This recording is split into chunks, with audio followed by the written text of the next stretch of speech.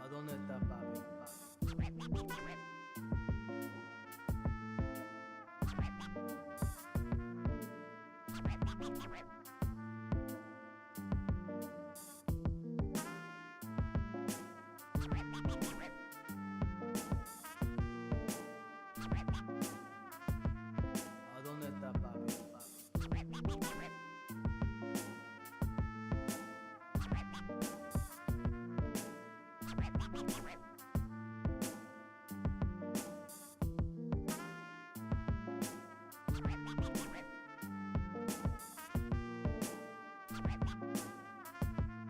¿A dónde está papi? ¿A dónde está papi?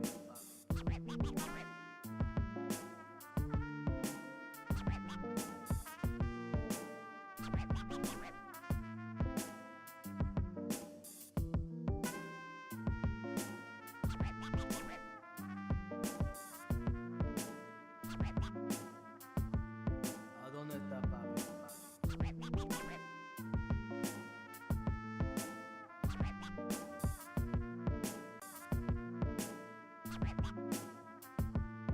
¿A dónde está papi?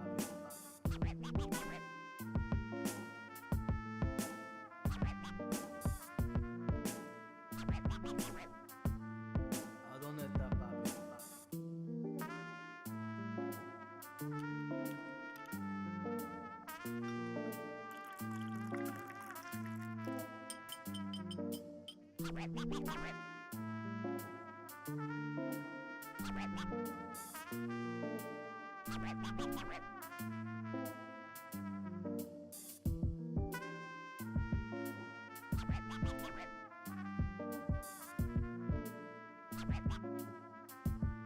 ¿A dónde está papi?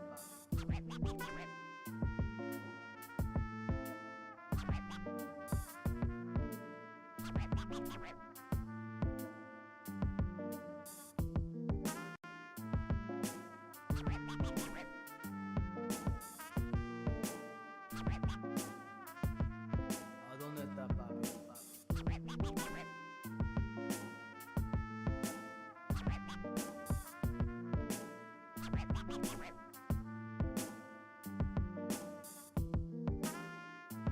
Welcome to the Monday stream. I hope everyone's having an awesome Monday morning. Heyo, how's it going? Hey, Maple Leaf Dragon. It is yet another Monday, that is true. Hey, Astro, how's it going? Today I'm totally of Ukrainian descent, really pissed about what's going on there. Yeah, that's one way of saying it. Of course, I'd be pissed about any major power flexing their might against another country for reasons, yeah. That's right. Hey, Tina, how's it going?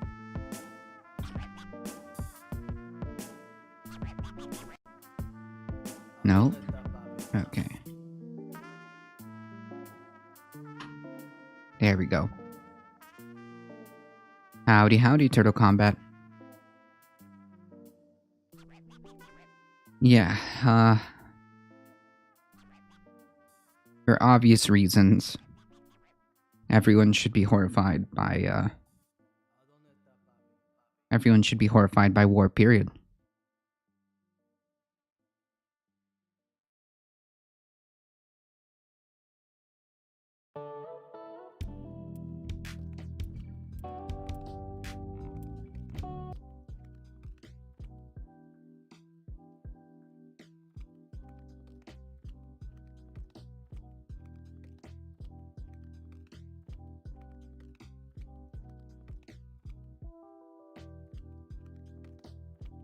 It is not a controversial position to have, to say that war is bad, to say the least.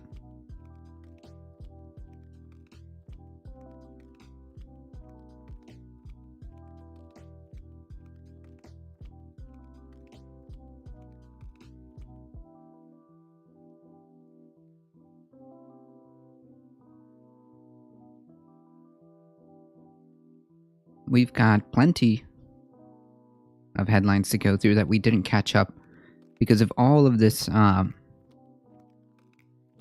international incident. Okay, let me see here.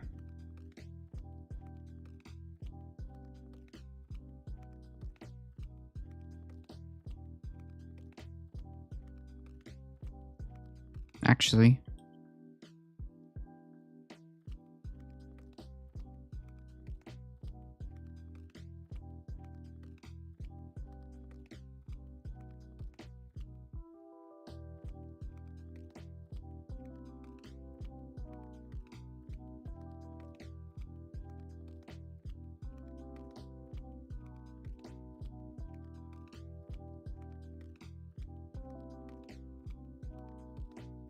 just to give a quick update on what's going on here. One innocent life is too many. Yeah, and unfortunately, war is filled with them. War is filled with them.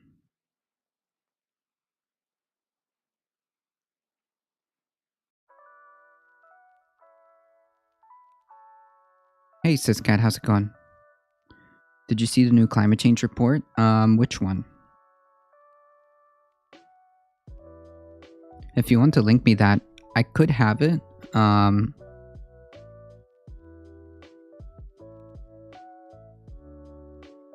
could have it, but if you have like the specific link, just send it to me.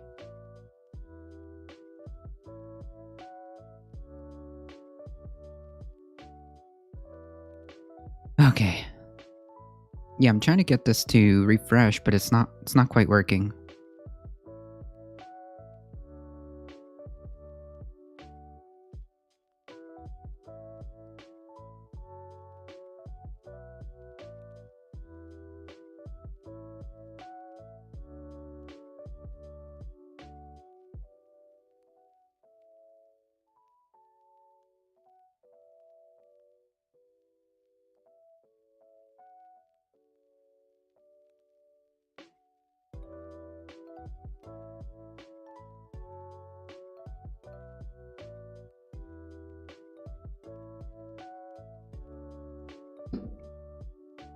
Funny enough, MSM is like the word is like I knew I knew a new report was coming. I was just hoping effed off by then. No. Oh, there we go.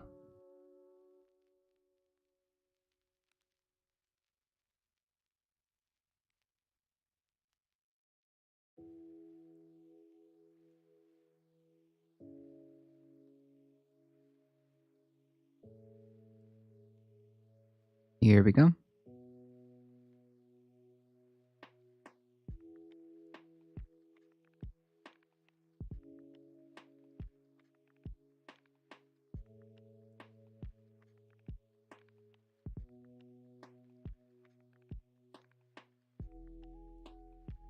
Cool.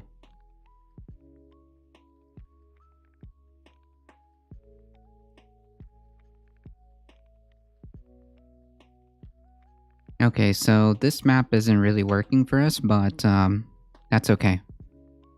Is that the wrong link? They have a press release? I'm not sure. I think this is the actual link right here, isn't it? If you have video, then let us know. Oh, right here. Yeah. You're right. Right here.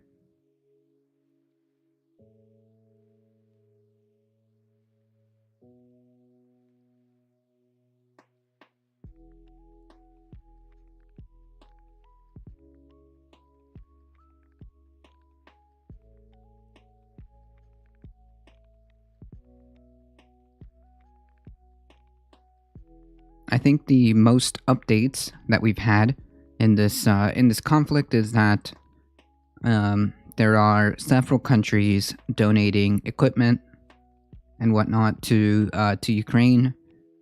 It looks like the European and I think American decisions to remove certain banks, the banks in particular that were sanctioned, were removed, I believe, from SWIFT. we have the presidents of Ukraine and Russia's delegations speaking right now. Belarus has decided, allegedly, to enter the fray.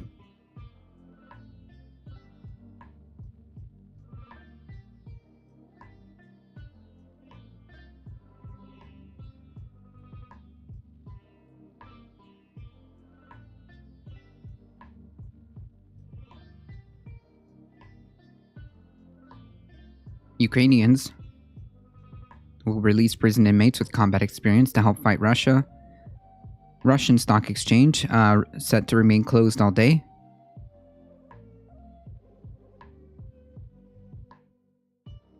So those are brief updates because we can't get this to work. Those are the TLDR as far as we know. Russia has also declared their deterrence forces, which include nuclear arsenal, to be put on high alert. And I think that's all the updates.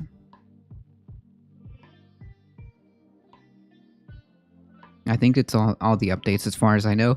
So, also big update as well. Belarus's government has also voted to allow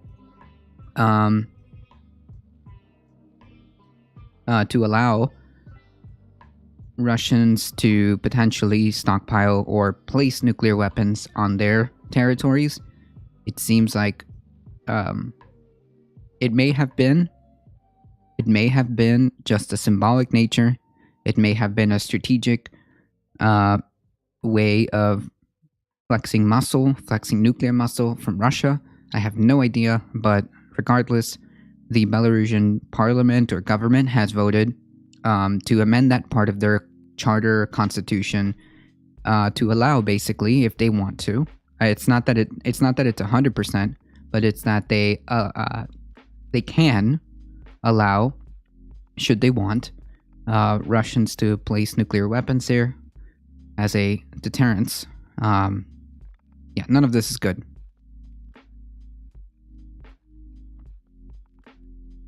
None of this is good. Hey, Heat, how's it going? Yeah, none of this is working, but basically, that's the TLDR.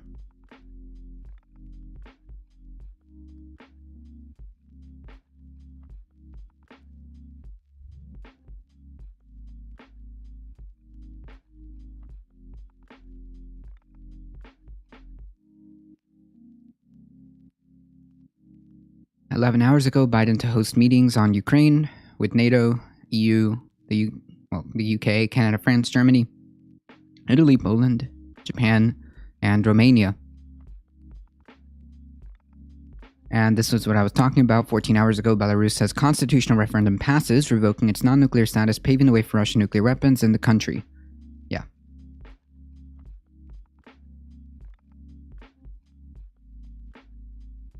No, not good. Not great. I don't think that. Well, I'm crossing my fingers and hoping that the reason for this is a deterrence. The reason for this is basically to say, back off. We are not kidding, or we're not afraid. Is basically what it sounds like to me. I don't believe they're gonna nuke Kiev. Trying to stay sane, so I don't want too much, but I'm still reading about the attacks. Yeah, it's been ongoing. I heard someone tweeted by Elon about the SpaceX company. Yes, I believe he has put some of those Starlink things up there.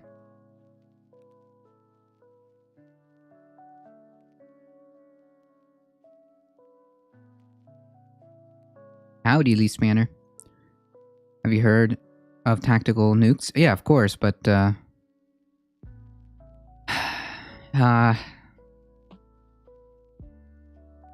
once that happens,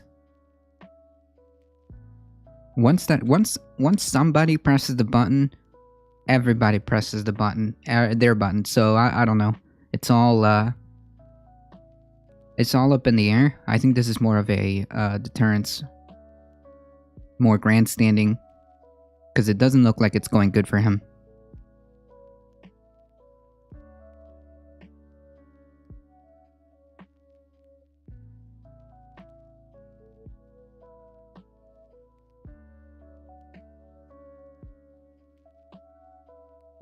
Belarus is kind of surrounded by NATO. It sucks because they felt the need to do this. Yeah, that's true.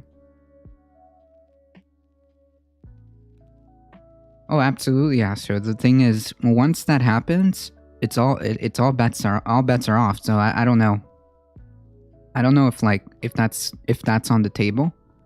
It seems to me like posturing, and it seems to me like as a deterrence.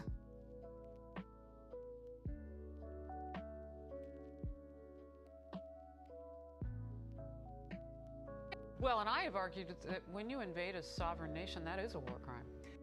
Well, and I have argued that when you invade a sovereign nation, that is a war crime. I mean, I think we're at just a real basic point there. Well, I'd agree. It is These are some good against memes. every principle of international law and international order, and that's why throwing the book at them now in terms of economic sanctions and punishments is also a part of it. And I think the world is there. Certainly NATO is there. He's managed to unite NATO in ways that I didn't think I would ever see again after the end of the Cold War. Really? Yeah. Well, and I have argued that when you invade a sovereign nation, that is a war crime. You can't shoot nukes into Ukraine, as it would poison the air over NATO countries, and that would violate NATO. Well, Yeah, I exactly. agree. It is certainly against every principle of international law and international order, and that's why throwing the book at them now in terms of economic sanctions and punishments is also a part of it. And I think the world is there. Certainly NATO is there. He's managed to unite NATO in ways that I didn't think I would ever see again after the end of the Cold War. Really? Yeah. Well, and I have argued that when you invade... This is a good meme. Tacitly admitting that the war in Iraq was a war crime in and of itself. Jesus Christ. This is a good meme. Yes, it would poison Russia if they started nuking them. It would basically nuking themselves.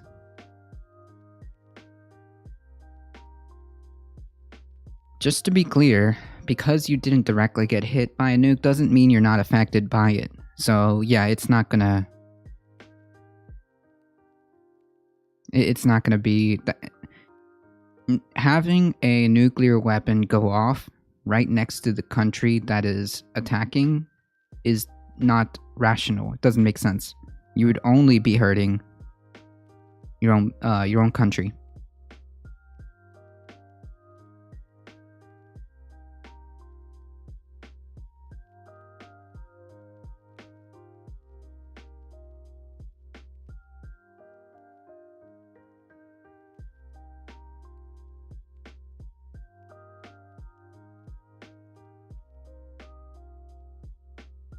Yes, very scary.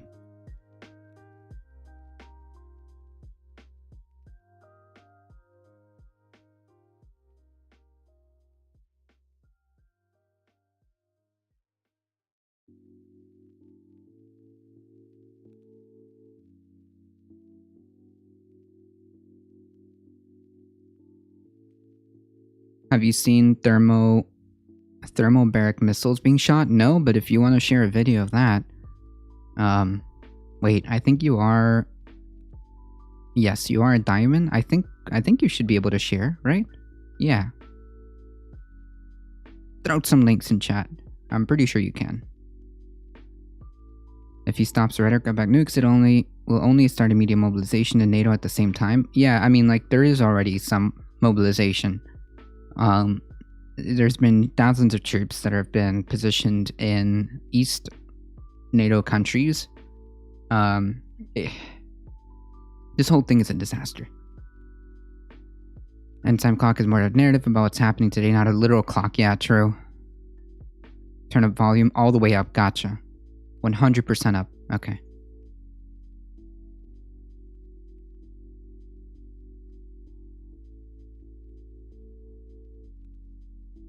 How do I click on this? And how do I... Ah! Okay.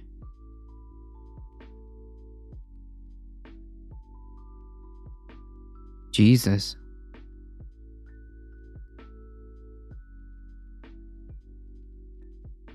Jesus Christ. I'm pretty sure this is, you know what this reminds me of? This reminds me of the old,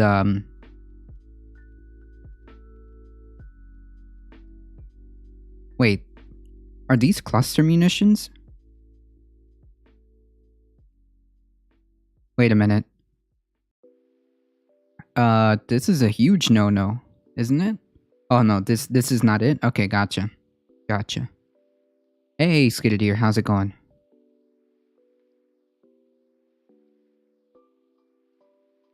This is very reminiscent of the, Katusha rockets.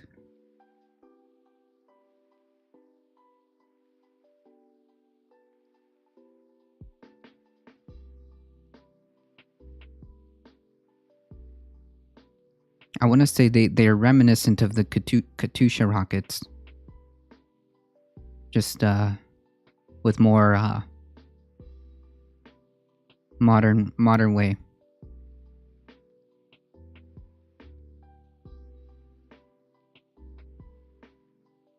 Thermobaric weapons, I believe, can melt through concrete. Jesus Christ. Have you seen the shitty old Russian tanks running out of fuel on the side of the road? Yes, I've concluded that, like, a lot of these issues... remember, we were talking about... Well, I don't know if we talked about specifically, but there was reports of Russian soldiers literally selling diesel and equipment for money. So, yeah. That's days old. I'm not sure how true it is now. Gotcha. It's moving into... Oh, okay. Yeah. Yeah.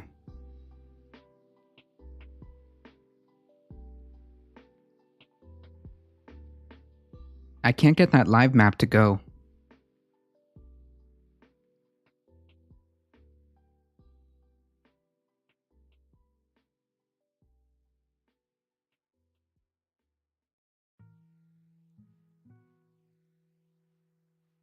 For some reason, the live map has just been worse than usual, and I have not been able to get anything here. Jesus Christ.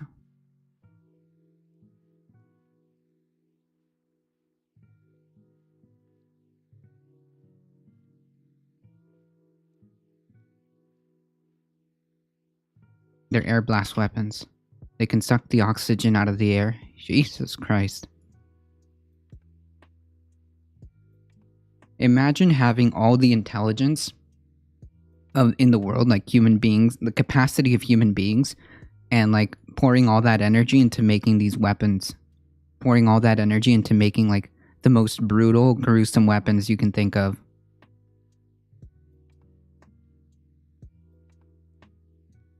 Imagine having the peak ingenuity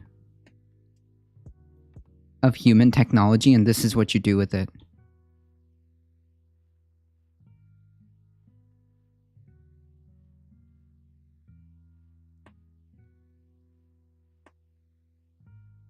Anti-Liquor, thank you for the follow. I apologize for not saying thank you. It's been pretty slow. Yeah, I suspect it's going to be pretty slow for another few hours.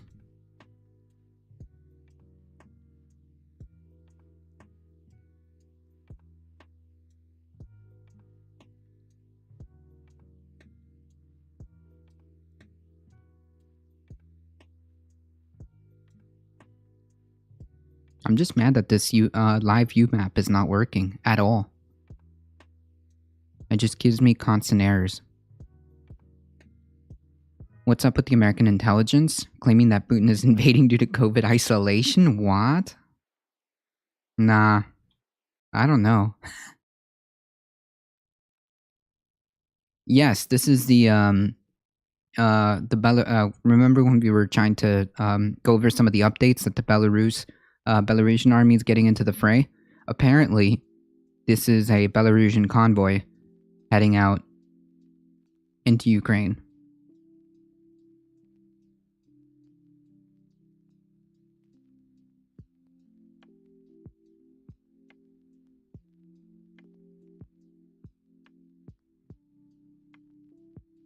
That Belarus battalion is scary.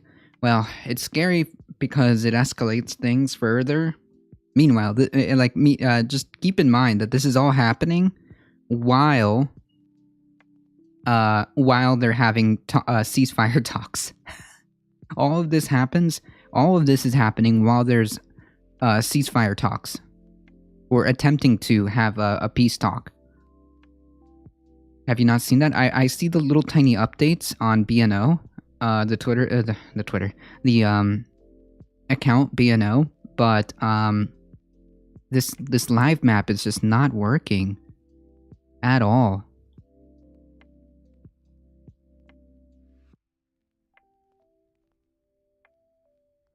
It works better on my phone, to be quite honest. Oh, you're talking about this. Ah, yes.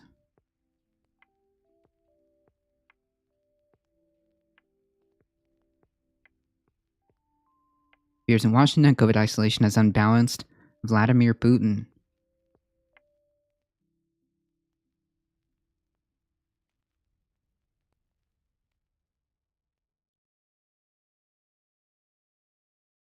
I'm gonna avoid these Reddit comments before,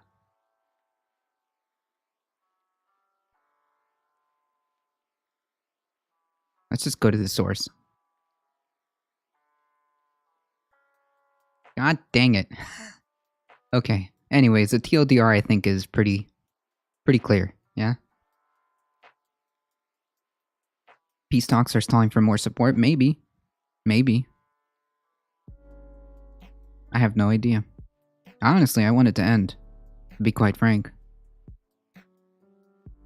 Jesus Christ. Oh my god. That is a unexploded unexploded missile? Cruise missile? Something?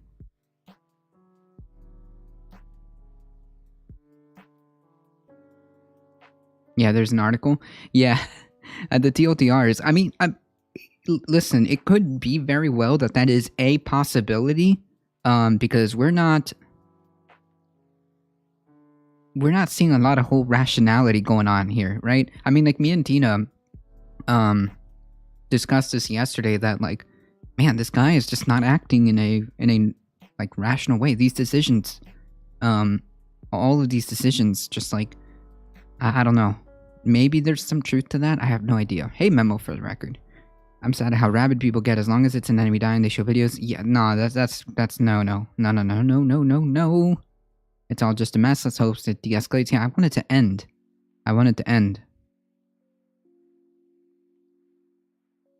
In war, peace negotiations give your forces a chance to rearm and catch a quick meal. Something like that.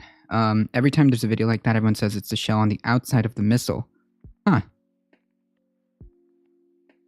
Yeesh. Either way, scary AF. Scary AF.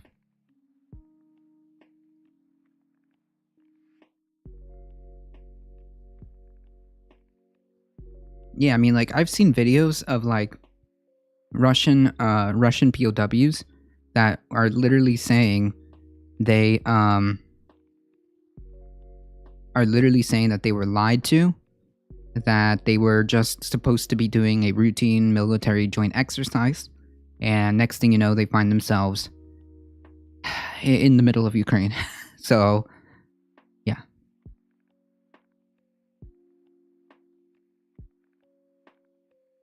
This whole thing has been just absolutely terrifying.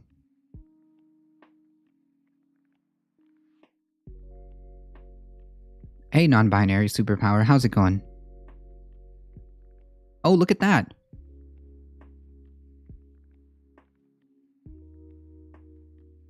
If you're trying to send me a link, just send that to me via Whispers or send it to moderator via Whispers. Yeah, lots are conscripts, right? Yep. No surprise there, the first casualty war is always the truth. Yeah.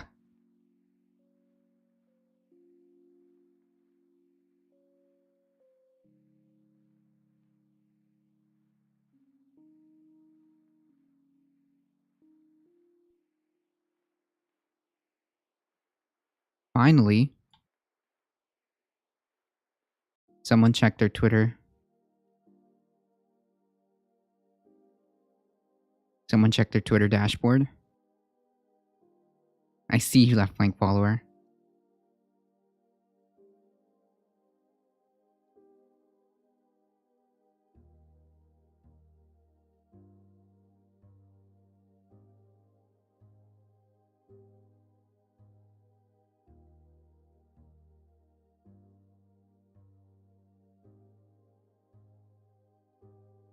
Yeah, I've seen some of these. We all want to feel radiant and refreshed No. and make meaningful connections. I hate the fact that I'm trying to cover some like serious some serious stuff, and I'm being told that I need to like buy face cream or something.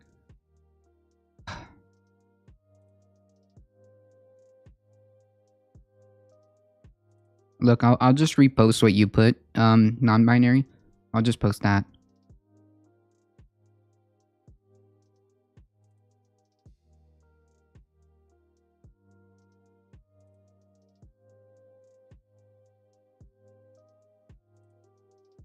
No way. What?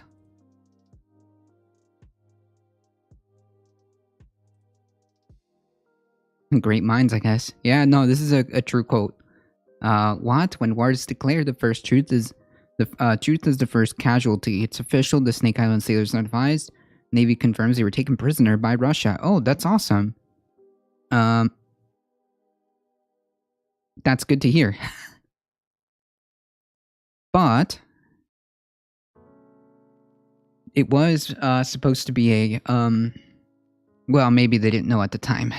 Maybe they didn't know at the time, but it was a rallying cry for a while.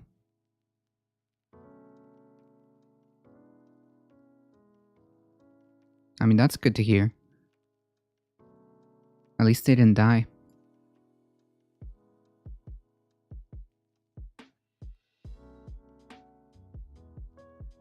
Jesus.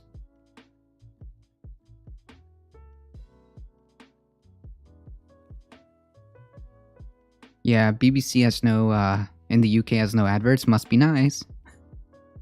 Must be nice. But here, if you want to watch some very critical international news, you gotta make sure.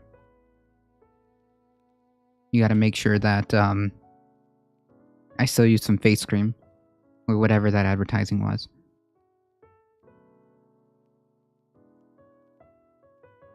Same. I hope they remain okay.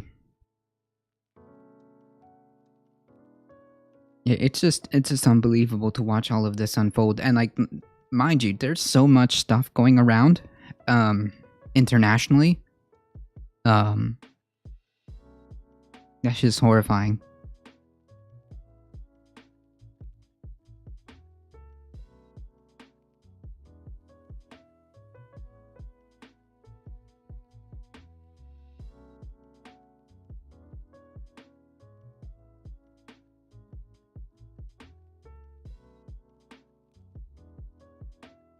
Either way, I hope this ends. Did you hear about the Ukrainians? They attempted to sink the Russian? Yeah, I saw that. I wasn't sure if that was true or not, but I did see that report.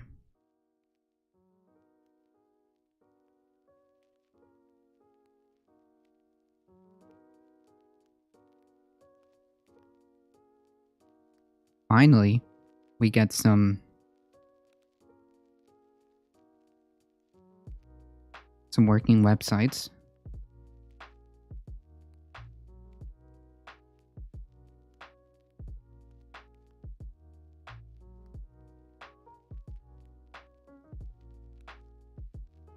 Yeah, it's just so hard to confirm some of these stories, as we just saw.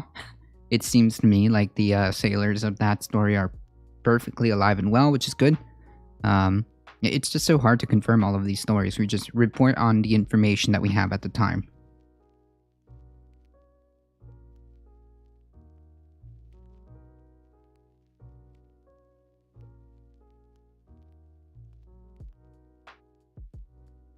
Alright, we'll just keep this up here. And we'll check back and see what happens towards the middle and end of the stream. Yeah, everyone covered the Snake Island story. I made a passing mention of it, I think.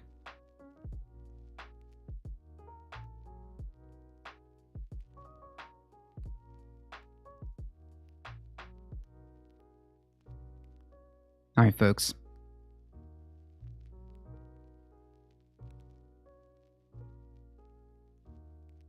Union organizers win another Starbucks vote. Nice. Union organizer overwhelmingly won a vote Friday to represent workers at a Starbucks in Mesa, Arizona, giving them the third win in an effort to organize the sector. Nice. Very nice. Very, very, very nice. Congratulations to the Starbucks folks in Mesa, Arizona. That is very, very nice. I hope it continues, and I hope we hear more stories about this.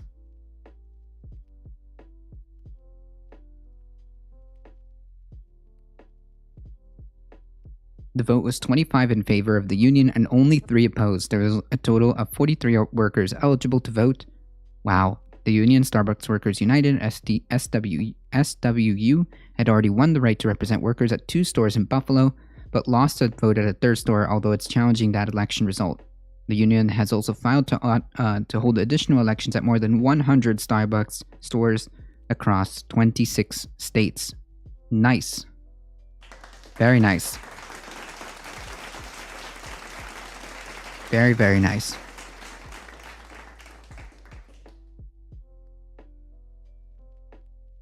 Even if the union wins all of those, it'll be a fraction of the stores, of the Starbucks stores nationwide. Yes, but the fact of the matter is, it is catching on. Catching on, and that's very good. That is very good that unionization efforts are more and more popular, and workers are attempting to take some power into their own hands.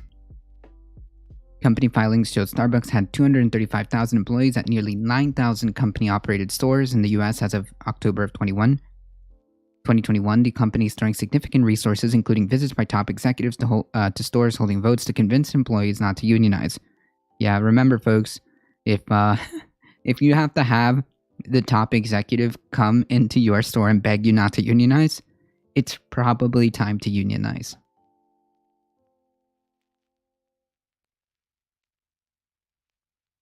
Starbucks is losing its suppression campaign. Good. Good. By its 3rd win, by such a large margin, could give a lift to the union's closely watched efforts to file for elections at additional stores. Yes, keep it going, folks.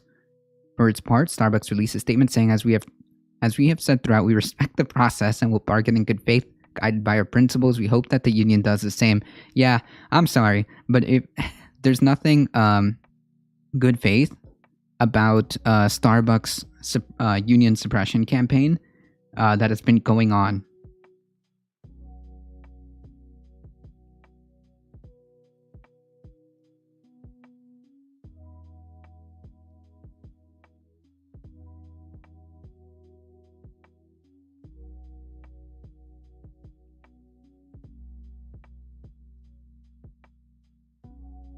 By definition, that is them acting in bad faith. We saw the website. Remember that other, was it last? I think it was the Monday previous, like 2 Mondays ago, basically, where I had a day off and we went over the entire anti-union spiel.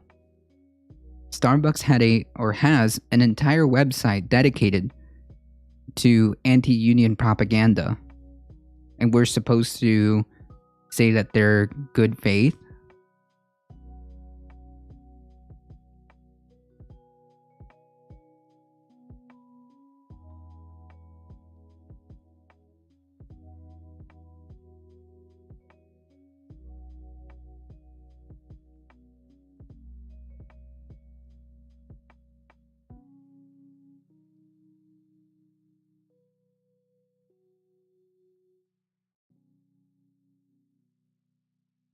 The sad part, once these unionization efforts taper off, most of the stores are unionized and they'll be just as profitable. Well, assuming coffee survives climate change, true. Yeah, I mean, like, the difference being, I guess, would be that it won't be as hard to exploit the workers.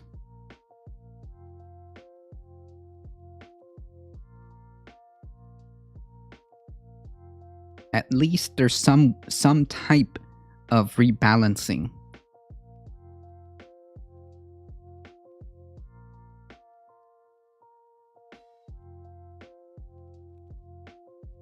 For its part, Starbucks released saying, yes, we know. Respect the bargaining process and will bargain in good faith and guided by our principles, which is... okay. The organizing effort has been led by the young workers in their 20s who make up much of Starbucks' workforce. Employees from the store Mesa, known as partners in Starbucks parlance, gathered after the vote and celebrated the outcome. Yes, look how... remember how Starbucks said, like, our partners are so happy with us. We give so many benefits, and, working for Starbucks is just so good, and, nobody really needs a union here because, we're partners.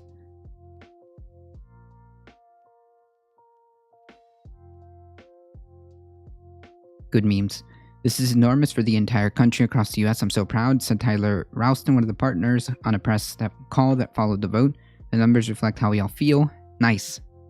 Nice. It's a win for labor rights and workers' rights. It is. It really is. Because, like, this, hopefully,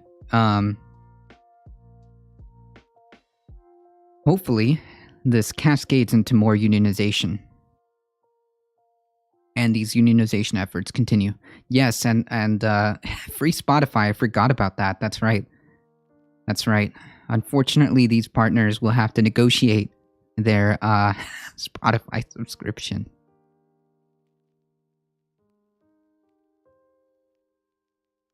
What good are working conditions when the market collapses due to climate change? True. True. I mean, we just take it day by day. But yes, that's a good point. Corporations just don't want to stop being absolute dictatorships. Yeah, that's right. They're by nature authoritarian. The supporters said the efforts to convince partners to not support the union had backfired, and the reason why the vote was so one-sided. Yeah, get F Starbucks.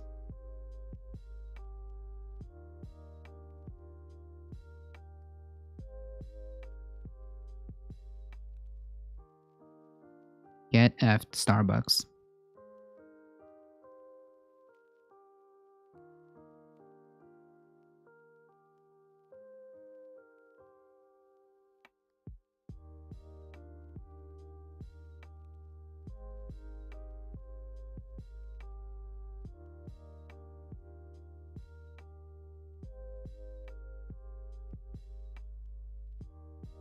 Oh, okay, this is the one that you were saying.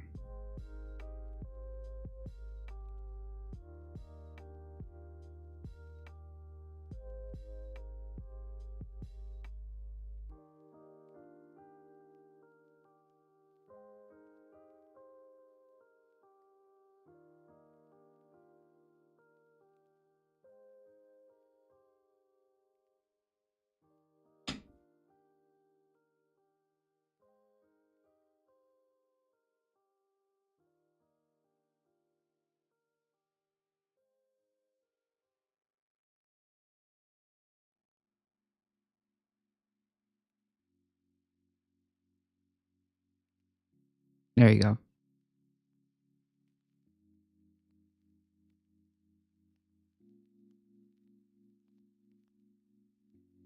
I'm not surprised by the margin. We've been fighting this for so many months.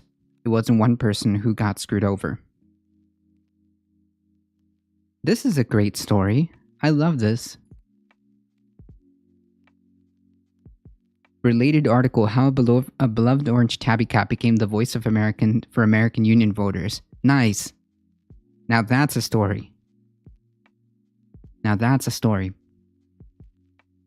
Even Staples admitted standing all day getting paid $13 an hour is not enough in the city, and no references either, so 20 or 45 an hour with no benefits make unions. Yes, of course. Unions are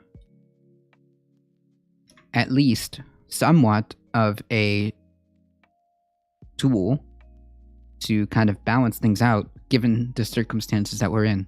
Yes, given the system that we're in.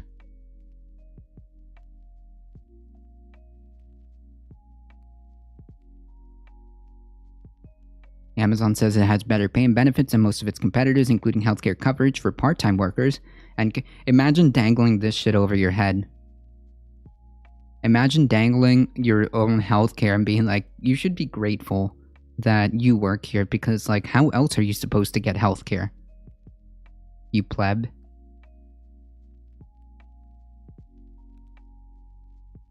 And college tuition reimbursement has issued 2 wage increases in the last 18 months. And in October, the company said it would raise wages to $15 an hour for baristas with... Wait, what? Uh-oh. Somebody fire this writer at CNN. Starbucks, not Amazon, although it's kind of the same, really. Starbucks has better pay and benefits for many of its competitors. That's not an excuse. With most hourly employees earning an average of $17 an hour by the summer, and it says it has the best retention rate in the industry. Okay, and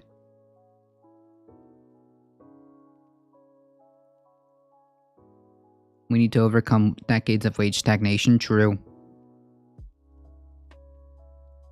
And these folks could be getting paid $20 an hour, and that still doesn't diminish their right to unionize. So, but besides better pay, those supporting the organization efforts say they want more input about how work is performed in the stores. For example, workers walked off the job at the first unionized store in Buffalo for about a week to voice their concerns about safety measures in the face of the Omicron surge. Although many of the stores the union has filed to represent are in states with strong pro-labor histories, including Michigan, New York, California, and Starbucks' home state of Washington, elections will also be held at locations in state with low unionization rates, such as Tennessee, Texas, Georgia, as well as Arizona. Those who study the labor movement say this will be a significant union effort given the difficulty that labor has organizing new businesses, especially at restaurants and bars. Data from the Labor Department shows only 1.2% workers of that sector are union members, tying with financial and professional and technical services for the lowest share of union membership of any sector tracked by the Bureau of Labor Statistics. Jesus. Unions are working diligently to reverse decades of declining power in the U.S. To accomplish that, organizing new members and new industries will be crucial. True. With nearly 34% of government workers are represented by unions, only 6% of more than 116 million workers at the private sector of U.S. businesses were union members last year. Jesus. According to the Bureau of Labor Statistics.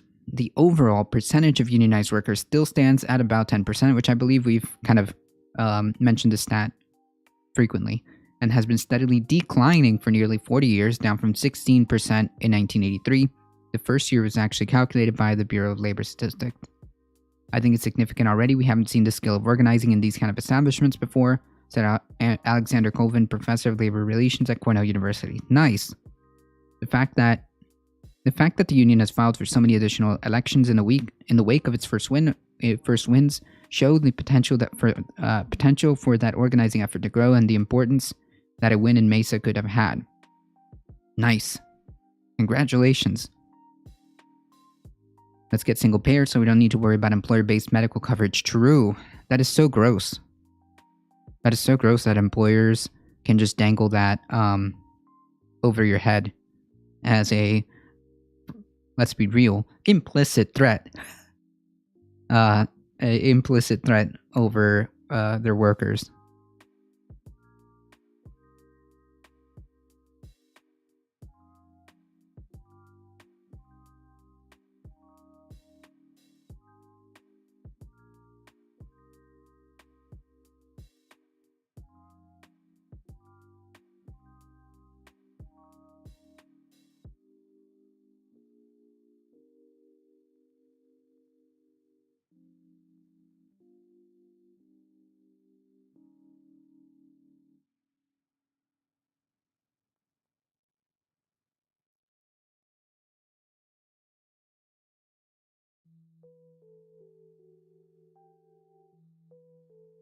In totally normal news, Columbus Man and 2 others plead guilty to plot to attack the nation's power grids. 3 men pleaded guilty on Wednesday, I think this was last Wednesday, to a domestic terrorism crime that involved plans to attack power grids throughout the nation. Christopher Brennan, I'm not going to name these guys, pleaded guilty to count of conspiring to provide material to terrorists according to a release from the U.S. Department of Justice. The release details an elaborate plan between these three to attack nation substations with powerful rifles in an effort to cost the government millions of dollars. In doing so, they would allegedly cause civil unrest and potentially a race war. Yeah. Court records show these folks who joined an online chat in 2019 who lived, one of them who lived in Texas, Indiana, Columbus, reportedly shared the plans to attack the power grid with this other person, and two began online recruitment efforts that included promoting white supremacist and neo-Nazi ideologies. Yeah. Records show that Sawell, who is from Wisconsin, already joined these efforts later that year. According to court documents, the three met in Columbus to discuss the plot. During the meeting, this dude apparently provided a rifle that gave both men suicide necklaces laced with, Jesus Christ, fentanyl in the event that they were stopped by law enforcement. During that visit, records state that these two individuals spray-painted swastika flag and the word "Join the Front" under a Columbus bridge. Yikes. I believe Ohio. Authorities also said further plans were derailed when this dude ingested the fentanyl pill during a traffic stop, but he survived.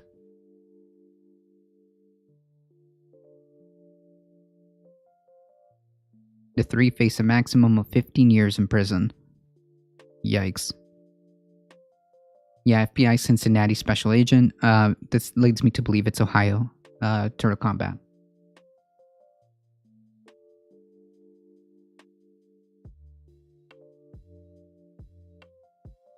Just another normal day.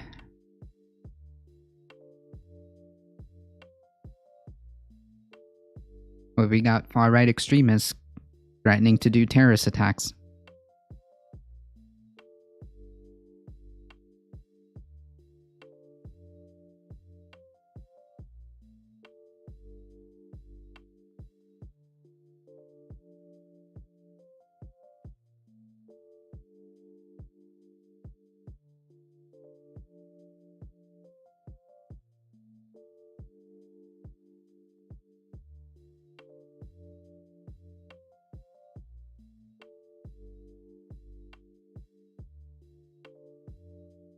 We've got so much climate news to go through that no clue how fast I'm going to be able to get through it.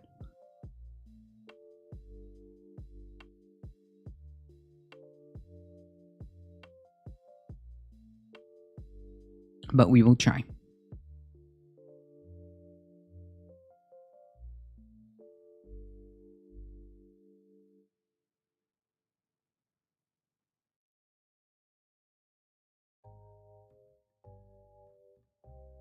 Let's turn our attention to Texas. Ex-Texas power grid chief says he was following Greg Abbott's orders. Nice.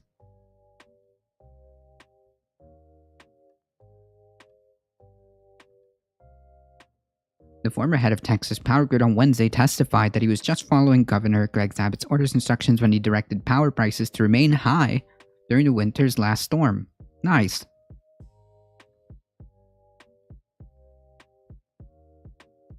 Bill Magnus, the former CEO of Electric Reliability Council of Texas, said that the former Public Utility Commission chair, Deanne Walker, told him that he was to do whatever necessary to prevent additional blackouts. She told me the governor had conveyed to her if we emerged from the rotating outages, it was imperative they not resume. We needed to do what we needed to do to make it happen.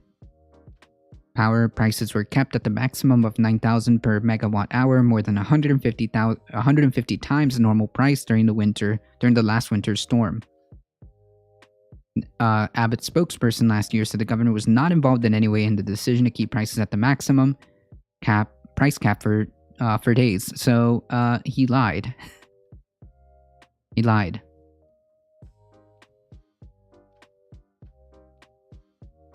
Who would have thunk it? He lied. Magnus' decision is now part of a bankruptcy trial brought by the electric co-op Brazos Electric, which says the decision to raise prices was made recklessly and the 1.9 billion power bill it got from ERCOT pushed it out of its business. Magnus, who was fired last year, previously maintained his actions to keep power prices at the maximum where necessary to prevent the grid from slipping into a total blackout. The decision was aimed at encouraging large power users like factories to stay offline per the chronic. What? Jesus Christ.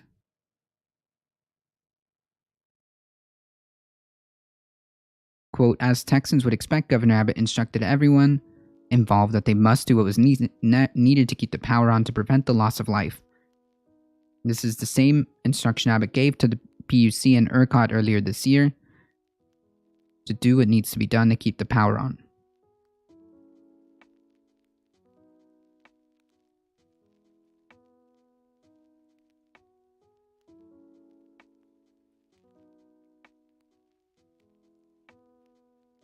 That's pretty gross.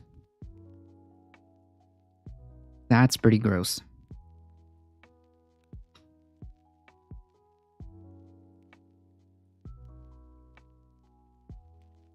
Do you see what the Anon hackers have been doing? Yes, they're not only hacking Russian state media, Russian state governmental websites, but they're hijacking like airwaves and stuff like that. I'm convinced Anon is CIA. You think so? Well, we don't know. That's the thing, right? They could be not. They're so allegedly decentralized, right? They're supposed, like, all of these Anon groups are separate, allegedly. All of these anonymous groups are supposedly separate, nothing to do with each other. They act as independent cells, which is the whole point. That's what I understand. I have no idea if these I thought it was QAnon. No. Well, I don't know. That's the thing, Tendera. I don't know.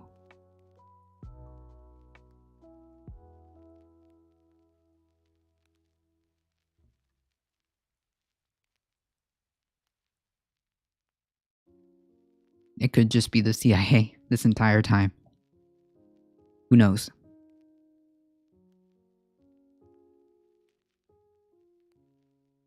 This is just a bit of a Pepe Sylvia moment, but no idea to corroborate that.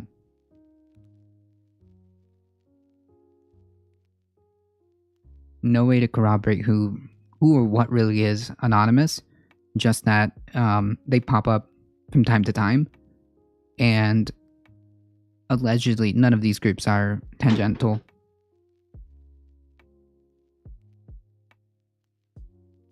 They're not supposed to be tangentially related.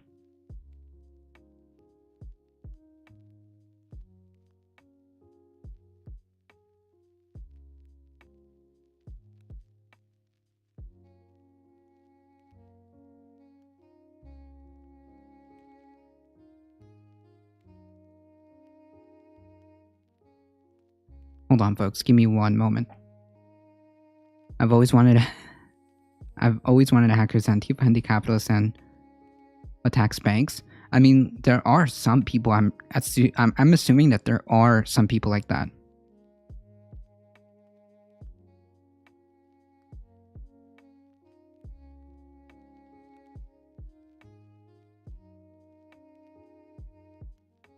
Anyways, TLDR.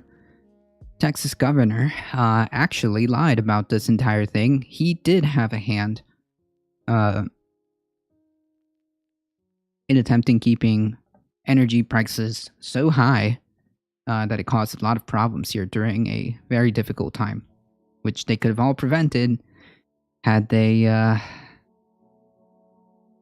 or at least it wouldn't have been as bad had they have been connected to the rest of the grid. That's nice.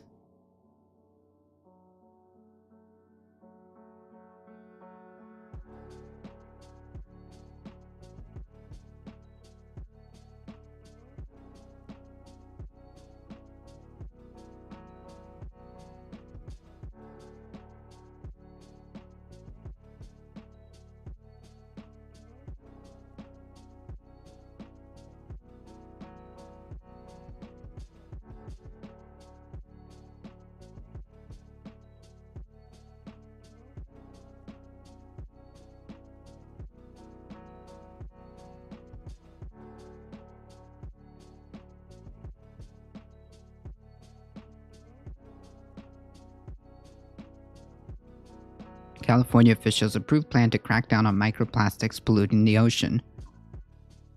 California aims to sharply limit the spiraling scourge of microplastics in the ocean while urging more study of this threat to fish, marine mammals, and potentially to humans. I mean, yeah, there have been some links, right, to adverse health effects under this, to humans and babies.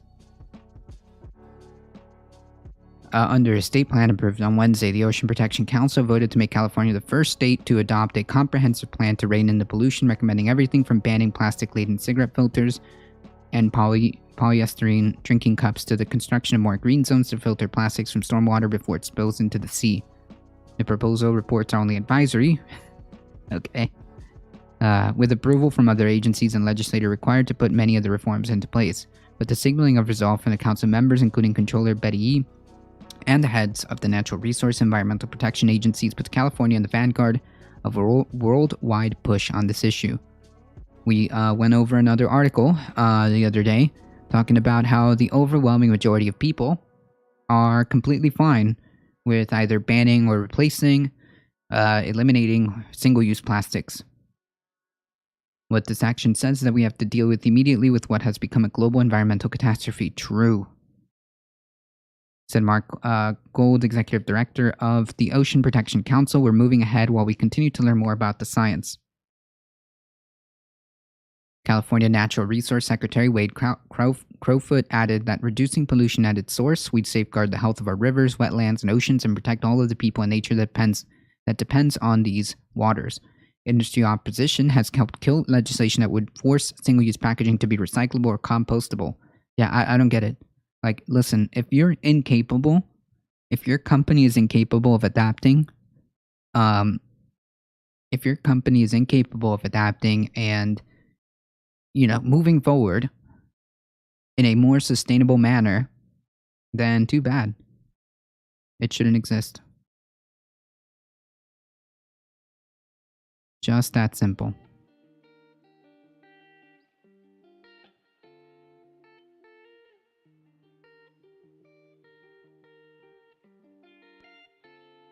The same with the fossil fuel companies. The same with these large chemical companies who continue to pollute and destroy the local environment, people's health, people's lives. If you're incapable of adapting and giving us a palpable plan, then you shouldn't be in business.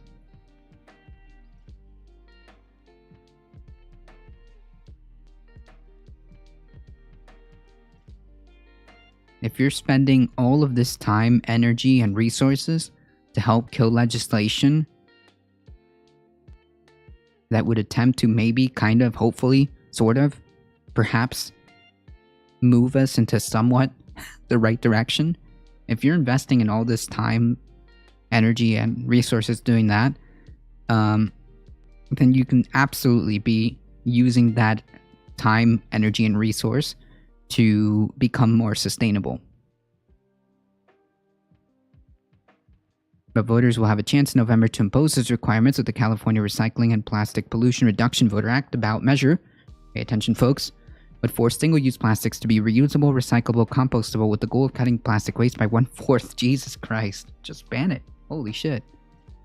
By 2030, the measure would charge up to 1 cent per item to provide incentive to reduce waste, with the funds going to recycling and cleanup measures. Yeah, well, scientists have estimated that 11 million metric tons of plastic spills into the ocean each year, an amount that could triple by 2040 without course correction. That is sad. That is sad. There are little islands of plastic out in the ocean. Of just to illustrate how much of a problem it is. There are, in almost every aspect of the ocean ecology, these microplastics are found. It's everywhere. Microplastics are commonly defined as particles smaller than 5 millimeters, about 3/16 of an inch in diameter. Some come from breakdown of plastic bags, bottles, wraps, and others are derived from clothing fiber, fishing gear, and containers. A 2019 study of the San Francisco Bay surprised some scientists when it concluded that the single largest source of microplastics was the tiny particles from vehicle tires that washed from the street into the bay. Jesus Christ. Wow. The often visible pollution has been found not only in the most remote oceans, but its seemingly pristine mountain streams and farmland worldwide, and within human placenta, stool samples, and lung tissue. It's literally everywhere. A wide variety of chemicals in the microplastics have been shown to harm fish and other sea creatures, inflaming tissue, stunting growth, and harming reproduction. The state's plan outlined 22 action systems to problem, some designed to eliminate plastic waste at the source, others to cut it off the waste before it gets into the air, storm drains, and sewers, while others meant to enlighten the public about the problem. Some of the proposals attack highly visible segments of the waste stream. For years, environmental groups have routinely found microplastic-laden cigarette butts to be the most common form of trash in beach cleanups. The Ocean Protection Agency suggested that California move this year to prohibit the sale and distribution of cigarette filters, electronic cigarettes, plastic cigarette tips, and unrecyclable tobacco product packaging. Similarly, the group recommended a ban on foodware and packaging made of polyester, including styrofoam. Nice. That's good. It sets 2023 as a target date for that restriction. The officials also recommend that the state agencies use their own purchasing power to acquire reusable foodware whenever possible and cut reliance on single-use utensils. Nice. Other changes already adopted need to be put in place, like a 2021 law that requires restaurants to provide single-use utensils and condiments only when customers ask for them. I mean, just ban them altogether, and only allow single-use utensils that are made from sustainable or biodegradable materials, which are perfectly feasible, like hemp or a certain fungi, I think, can be harnessed and used to make these single-use utensils, packaging, anything that you can think of that is completely biodegradable and nowhere near as toxic.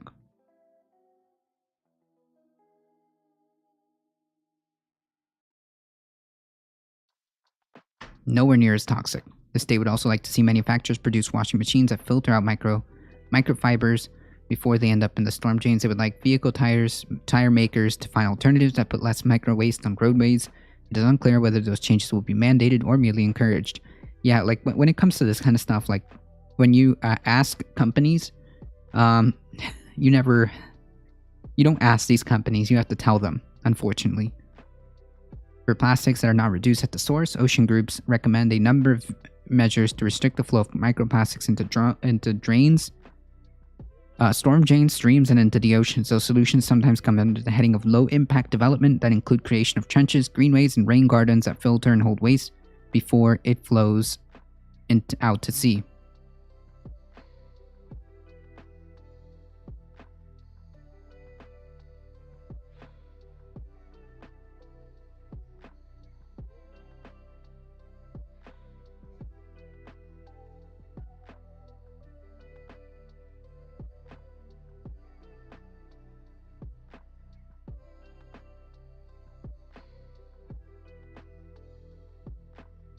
It is also recommended placing more trash cans along the beaches and other hotspots where plastics can readily find their ways into waterways. While research about micropollution has increased, there has not been a systematic approach or agreement on what pollutants should be measured. The Oceans Agency plans outline shortcomings in the science that needs to be corrected so that pollution measures can be standardized and safety thresholds created. Microplastic pollution has drawn international attention. The UN is attempting to draft a treaty to rein in contaminants while the EU is drawing up a policy of its own. Yeah, I'm not too confident about the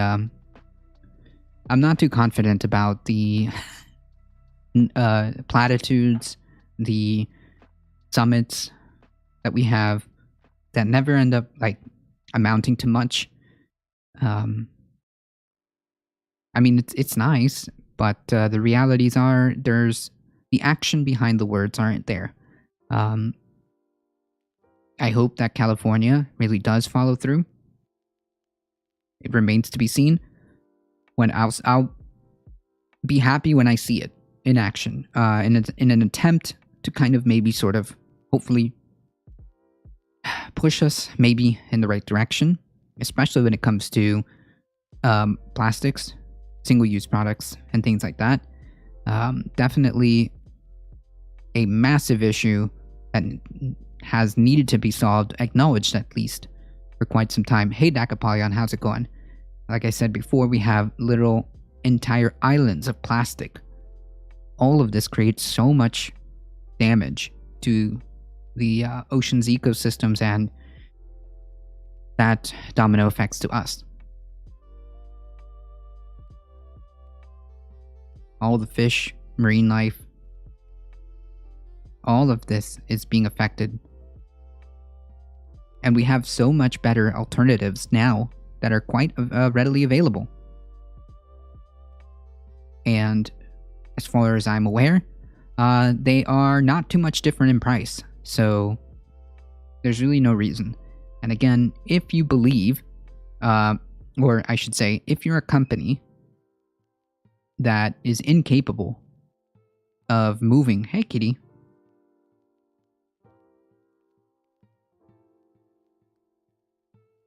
come on kitty, it's okay.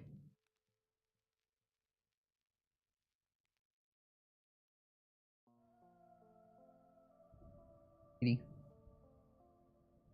come on. Come on, kitty. There we go. We've got a cat in studio, folks. Hold on.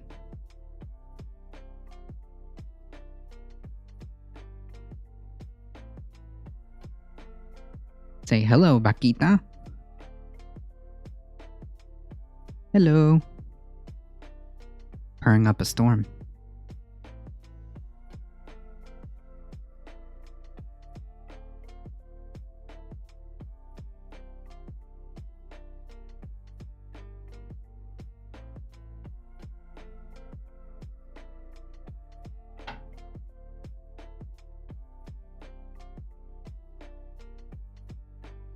Hey, I like pie. How's it going? Turn up a storm. See your little tail. Oh. Anyways, yeah, so if you're a company and you're incapable of moving forward, and you continue to act in this manner in an aggressive way to perpetuate the destruction of the planet, to perpetuate the destruction of our local and planet ecosystems across the world, either by contamination through fossil fuels, plastics, other chemicals, and you are unwilling to not only acknowledge the problem but fix it, then you shouldn't be in business. Oi! Stop it. Kitty. She's like chewing on my cable.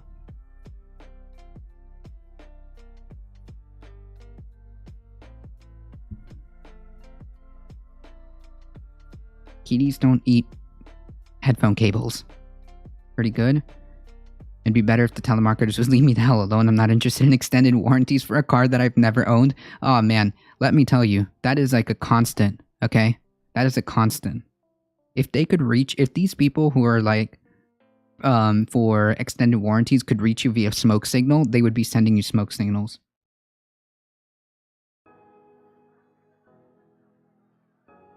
It's kind of a meme at this point.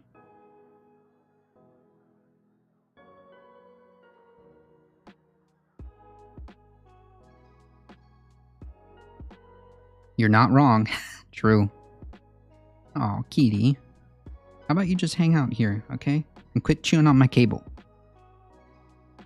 Thank you.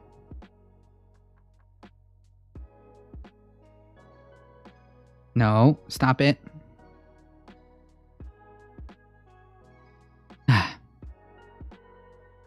Anyways, that's a TLDR. If you are continuing the destruction of the planet, ecology, and human health, you shouldn't be in business. Simple as that.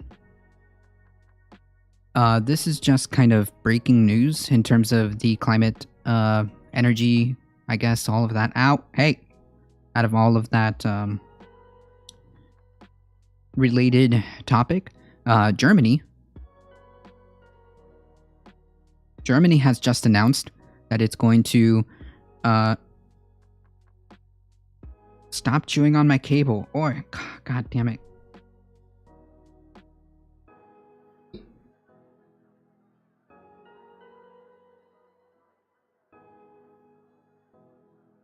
I love you, kitty, but Jesus.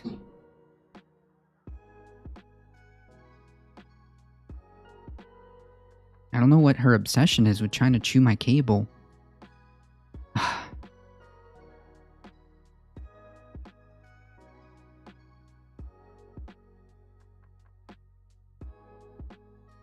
Stop chewing. Ugh. Stop chewing my cable. Leave it alone. My cat loves cables. Yeah, well, this is not the cable for kitties, that's for sure. She just ate breakfast too, so I don't know what her deal is. Anyways, where was I? Yes, Germany just announced that it's going to double or increase its efforts to reach 100% renewables, given the fact that, hey, maybe it isn't such a good idea to rely on fossil fuels. Maybe we got this whole thing wrong, and we should be moving to a more renewable, sustainable source instead of having to rely like actual energy independence and increase its efforts to reach 100% renewables as quickly as possible. Due to this war in Ukraine. Ow! Jai Bureaucrat resubscribing for a tier 1 sub, 18-month streak. Giga sub. Yeah, I was gonna say Giga Chad, but Giga sub. That should be an emote. Giga sub. I never, like, this always blows my mind each time it happens. I think, Alio the other day subscribed and was like about 16 months. It just blows my mind how anybody, would be subscribed this long. Thank you so much. I really appreciate that support. It really does mean a lot to me. Every time I see it, I'm just blown away. Thank you. Stop it.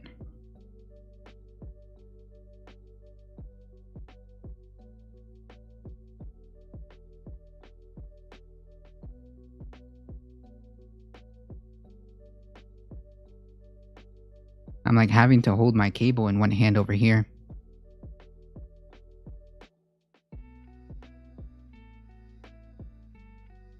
Well, I can always cancel. True.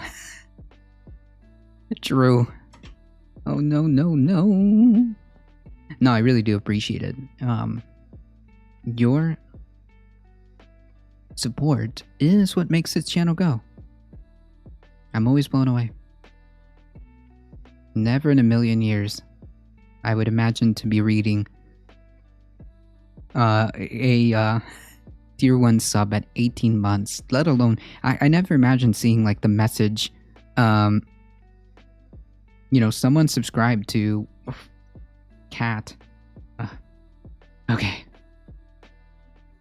for 1 month, let alone like almost over a year and a half ago, almost a year and a half into it, they're still subscribed. That is just unbelievable to me.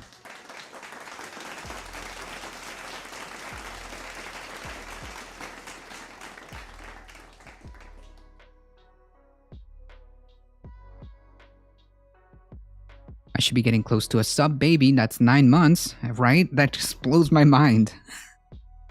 That just blows my mind.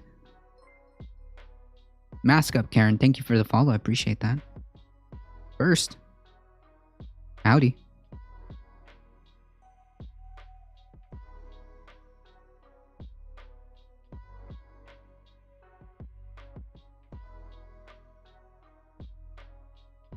I think my cat's done with me. Okay.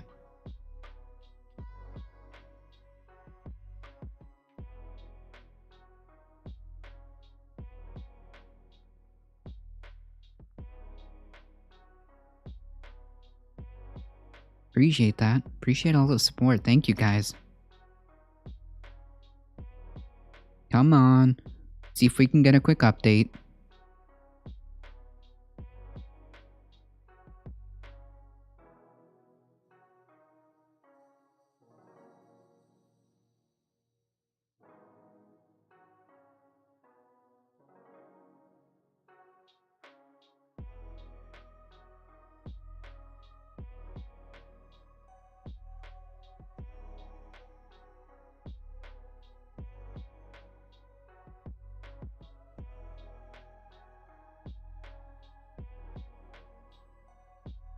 Okay. So far, not too much updates. The live map is still not functioning properly, but that's okay. We'll continue. But first, let me let my cat out.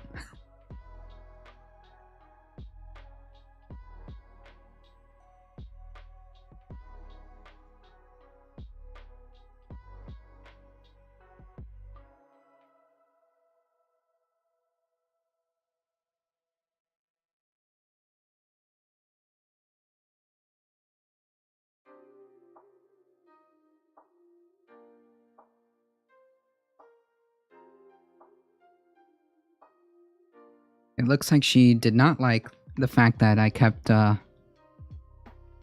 preventing her from continuing to chew on my cable. She was done with me within a couple minutes.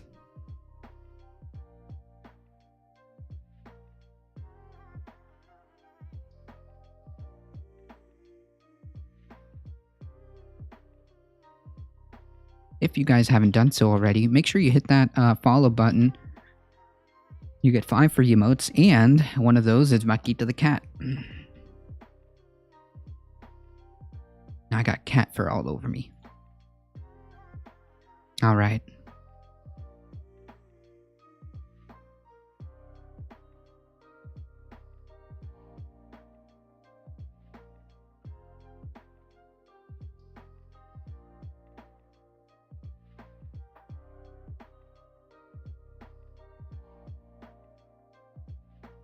Sea level rise will be catastrophic and unequal.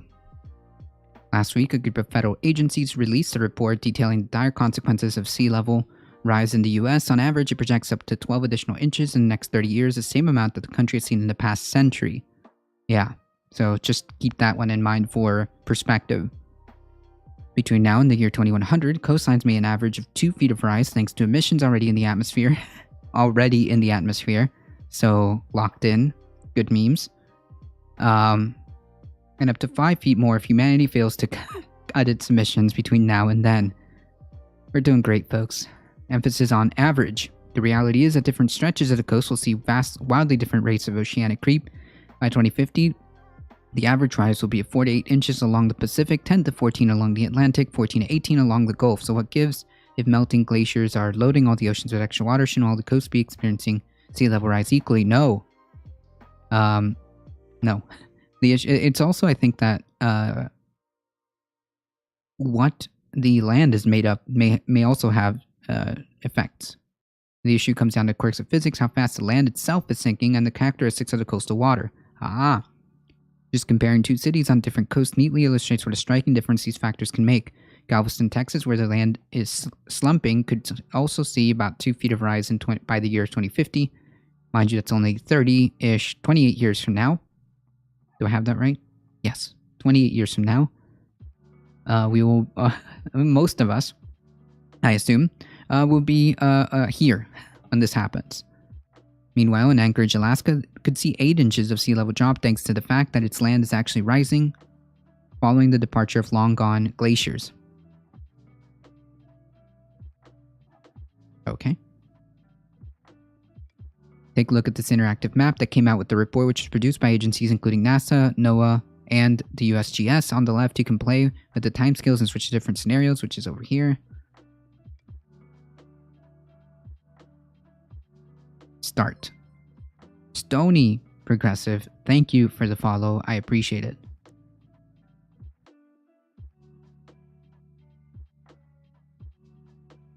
Oh, come on. Really? Nothing? What? I'm starting to think it's my...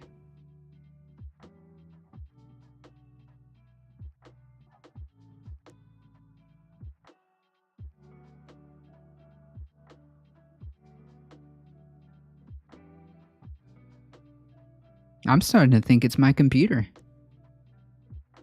Huh. Oh, well, here we are. Kind of. It's really worth watching a video on cat psychology, what they think and why why is very interesting. Yes, I've seen several videos on that. It's very fascinating. Very, very fascinating. Median values are pronounced. Yikes. Jesus. 2030 to 2150. Values in meters. Jesus. Not good. Not good at all, folks. I will post this over here.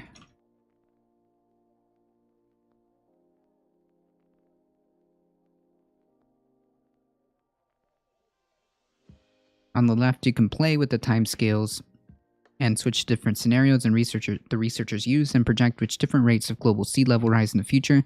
Click anywhere on the coast and you can pull up the projection of the rise for that spot, clicking on a full projection and scroll to the bottom for individual process contributions for sea level scenarios. The colors in the bars represent different contributors to local sea level. For example, melting of glaciers and ice sheets are in purple and obviously tax on inches of rise. But Galveston's chart above color brown dominates, indicating the much more complicated factor of vertical land motion. This chart shows that the land is sinking along the Gulf Coast. This is largely due to the extraction of oil and water. Damn. Damn. Fossil fuels.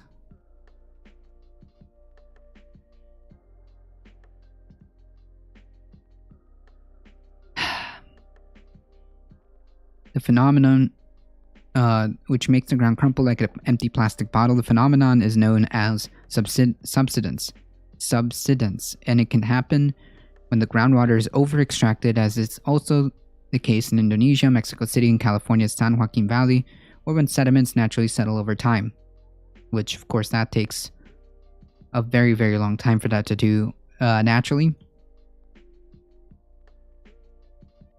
There are places in Scandinavia where land is rising because ice has gone from the ice age. Yes, I think they mentioned that above here somewhere. Following the departure of long... Yeah. There it is. So yes.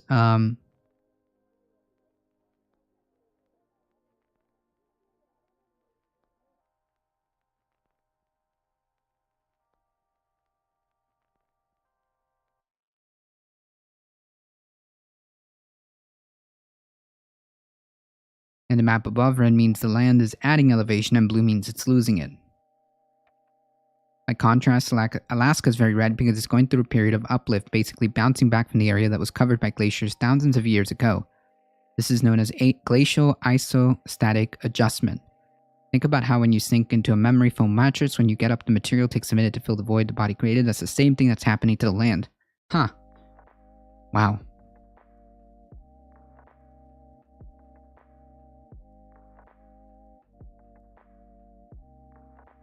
That is fascinating. From this chart for Anchorage, you can see vertical land motion is headed for the opposite direction, and that's why the brown bars are at the bottom rather than the top, as they were for Galveston. Rising land reduces the risk of rising sea. What's important at the coastline relative level, so it's how the land is moving relative to the ocean. If the land is sinking or rising, it's going to make your exposure to sea level rise that much different. Gotcha. Within coastal cities, elevation can vary dramatically, even block to block and building to building, particularly when subsidence is at play. But new satellites are coming online that can map elevation changes along the coastline in extreme detail. Scientists have been using space lasers, for instance, to predict that worldwide by 2100, some 400 million people will be living in areas at risk of sea level rise. The UK is tipping up in the north and down in the south due to ice gone from the north. Yeah, it looks like that seems to be the case,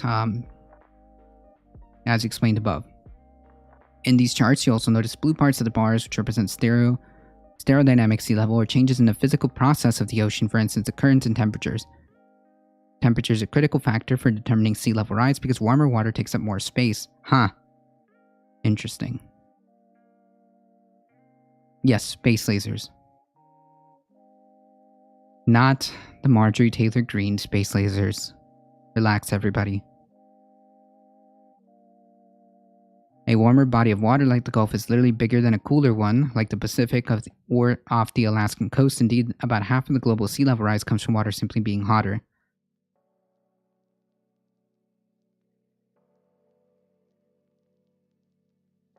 A swelling ocean primes the coast for catastrophic flooding. The new report warns that by the 2050, moderate floods, meaning they're destructive instead of mere nuances, will be 10 times as common in the U.S. as often, and will 10 times as common in the U.S. as they are today. Major flooding will happen 5 times as often.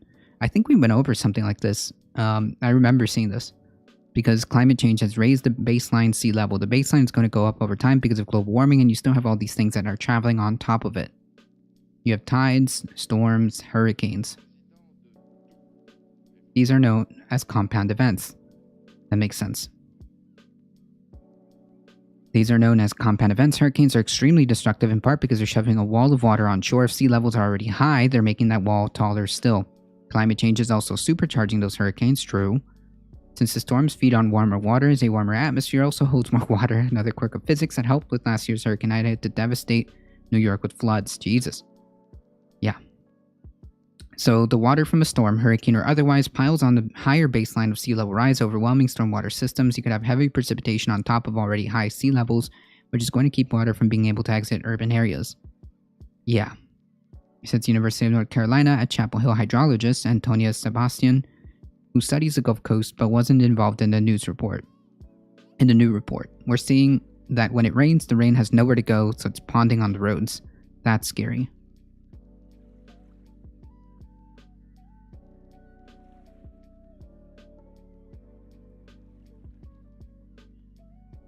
But that flooding will be way worse on the Gulf, along the Gulf Coast than Alaska on account of subsidence, high tides, and storms creating compound events. In the maps above, you'll see the projected number of minor, moderate, and major high tide flooding events in 2050. Notice how the Gulf and East compare to the West Coast, particularly the Alaskan coastline.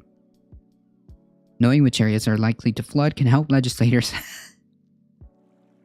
and engineers prepare for the future, but new reports also highlight what local advocates already know.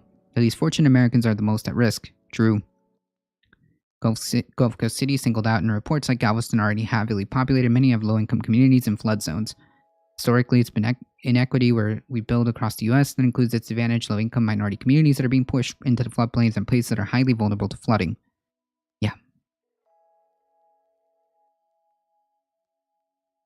Said Natalie Snyder, Associate Vice President of Climate Resilient Coast and Watershed Program at the Environmental Defense Fund, which wasn't involved in the new report.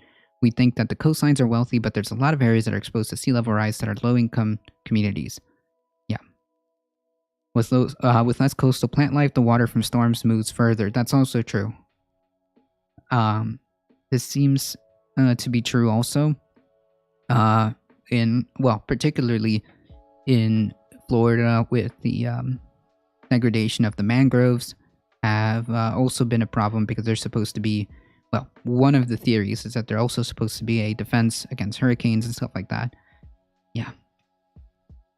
Local governments, including those in nearby suburbs or smaller towns, don't necessarily have the tax base or expertise to develop their own projects to adapt to sea level rise. For instance, to determine which structures need to be moved, it really behooves the federal government and for us as a whole to support these communities.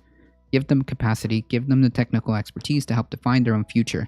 So that when money comes available, such as with the infrastructure package, there's a lot of money coming from the federal government, and those communities are ready to implement these projects. Yeah.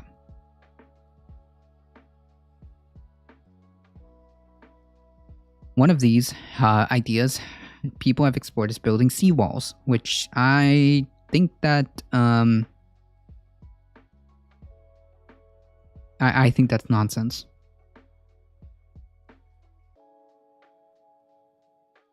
Coastal defenses that deflect rising water. The Army Corps of Engineers has one in the works for Galveston Bay, and it's proposing to build a 20-foot seawall near the Virginia Key in Miami, which could get over 3.5 feet of sea level rise by 2100. Not everyone is on board with seawalls as an end-all solution. The region is working on a plan to potentially create this big giant coastal barrier. The president of the Galveston Foundation, we've got significant questions about it. It's not designed well. It's going to take 20 years to construct. Yeah, wait, holy yikes. Yeah. And it could be out of date by the time they finally finish it. Yeah, why not just, like, move in the direction... Why not just move in the direction of reducing and eliminating fossil fuels? I don't get it. Miami's an even more complicated case because it not only gets water from coming in from the beach, but also from below as seawater seeps through the porous rock the city's built on. Nice. That could cut into the efficacy of a seawall. Proof that walls don't work, folks. And while seawalls hold back water from one area, it still has to go somewhere. Modeling of the San Francisco Bay, for example, or the idea is also controversial, shows that building a wall from one stretch to the coastline would actually flood nearby communities. Jesus Christ, the opposite effect. Hey, Dr. Dragonrider, how's it going? If a wealthy city builds a wall, it may just push stormwater towards its poor neighbors. Erecting a giant concrete wall would in some ways significantly reduce property value, which, okay. You know what else significantly reduces property value? Not being there. You know, something that would significantly reduce property value would be like a foot of water in your house. Yeah, I think that's quite the pertinent issue here. That not ironically triggers me. In other ways, protects people who have already more assets to be able to relocate or to cope with the impacts of sea level rise. Not bad, I actually got a work issue solved. They're totally just pushing water to low ground, right? None of this is... Like, the idea of a seawall being a successful, legitimate plan is just not good. It's not good. Instead, Brown says some Miami communities are exploring a hybrid approach, small seawalls to mitigate flooding combined with nature-based solutions like bolstering wetlands or mangroves, which naturally absorb excess seawater. Vegetation could be combined with engineered boardwalks to create a seaside park, a kind of seawall that benefits a community instead of looming over it. Planting some of the native species and different types of mangroves in Florida, it's a really popular intervention among community members, says Brown. They're a really, really excellent way to retain water and mitigate storm surge. Damn. Building a wall around a house and try to drive to work since I have no public transit. Yikes. In Galveston Bay, Stokes group members supports a similar idea, shoring up a natural wetland that would act as a sort of speed bump, absorbing storm surges. Engineers might bolster the idea by building an underwater wall of rocks just off the shoreline. It's designed to trip the waves before they hit your shoreline. The waves will fall over the top of the rock breakwater, and the sediment that's in those waves will start to build up. You're actually sort of naturally creating a land, and that land will be marsh, so instead of losing land to the sea, the city would be creating a habitat that fights sea level rise. And if you don't happen to live along the Ghost Coast, don't think that this won't get your feet wet. The report makes clear that sea level rise is a national problem that will flare up locally. These impacts are going to be felt across the entirety of the U.S. coastlines, but in different ways. But they will all be felt elsewhere, so it's important that this information is available to everyone. True. Yeah.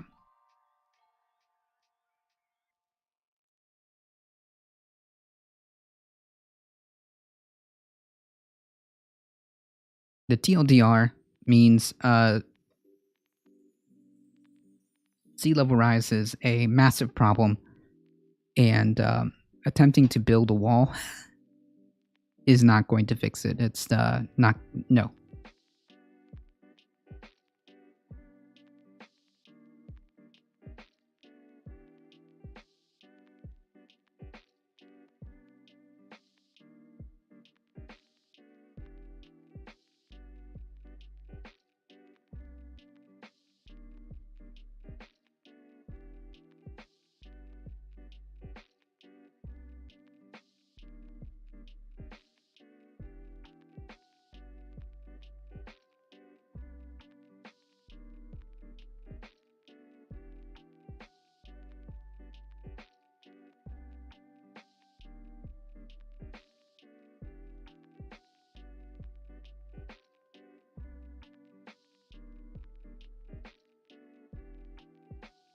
Hold on, folks.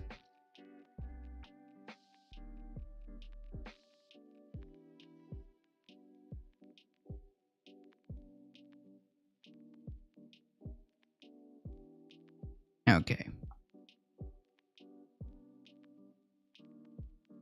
The cat is back, folks. The cat is back.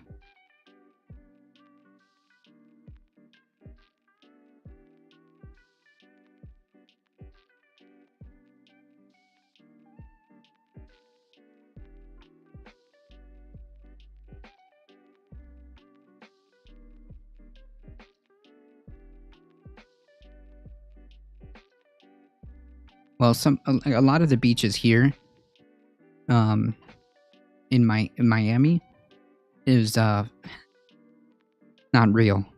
It was man-made.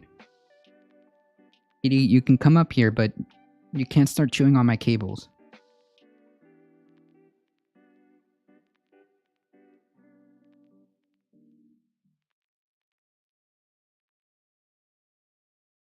Okay.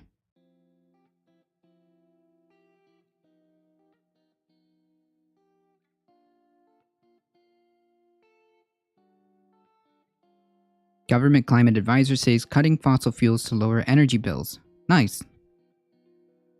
This is in the UK.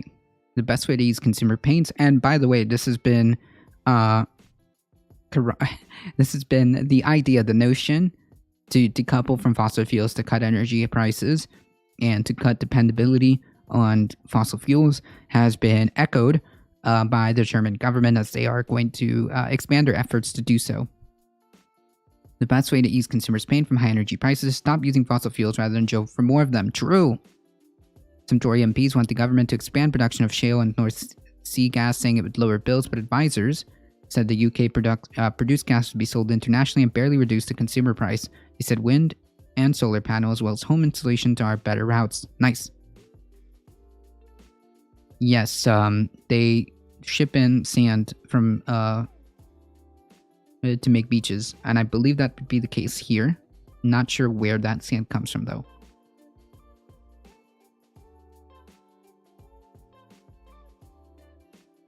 The report from the Climate Change Committee comes at a time when the household energy bills are rising quickly. There's also international uncertainty over the gas supplies due to the Russia-Ukraine crisis. The committee warned that new fossil fuel projects in the North Sea would in some cases not deliver gas up until 2050.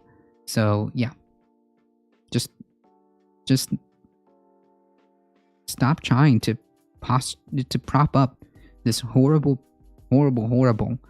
industry. Jesus Christ. That's the day when climate laws stipulate that the UK must almost be completely weaned off gas anyway, so yeah, literally no point. The committee said it favors tighter restrictions on drilling in the North Sea and it favors presumption against exploration, but it won't go as far as recommending these actions to ministers because it said there's finally balanced arguments for and against drilling. No. This is asinine.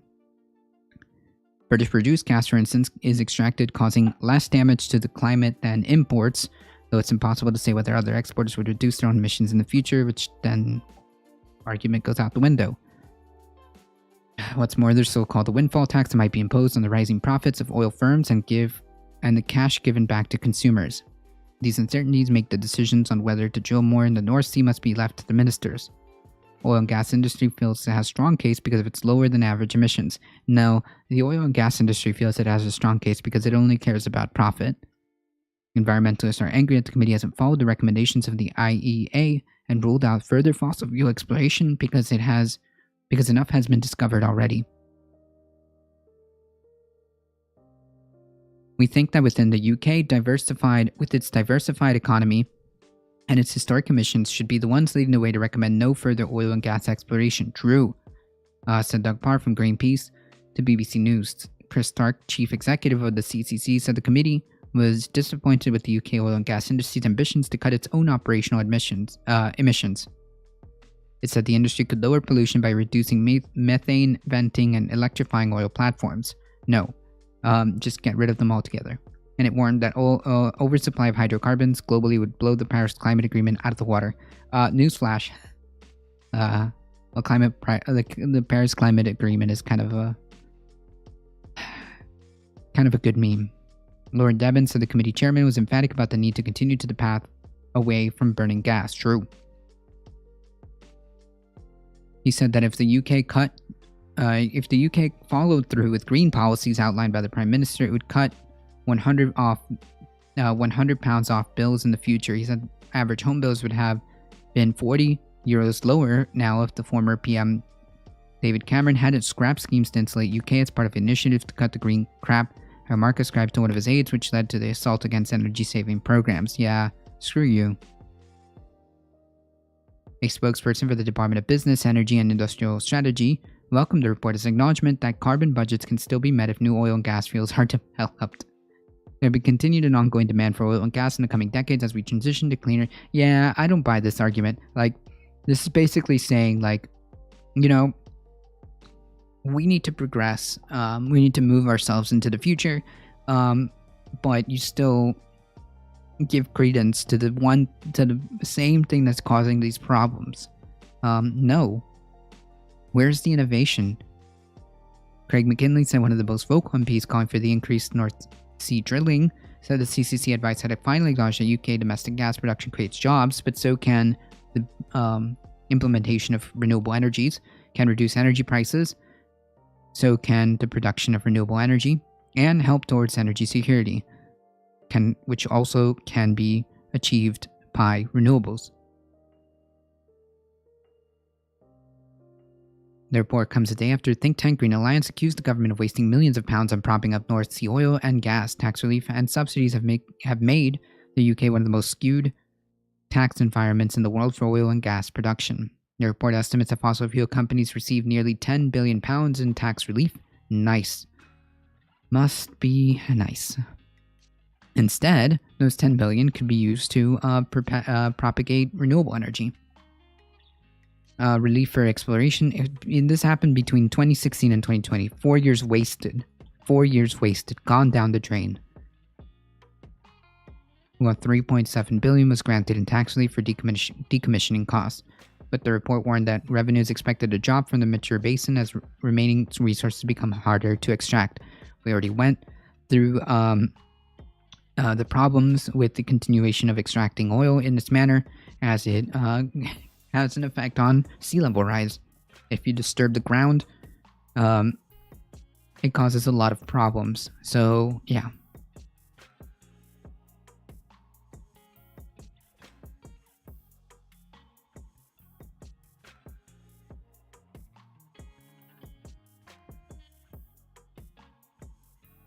Seems to me like these fossil fuels are more trouble than they're worth.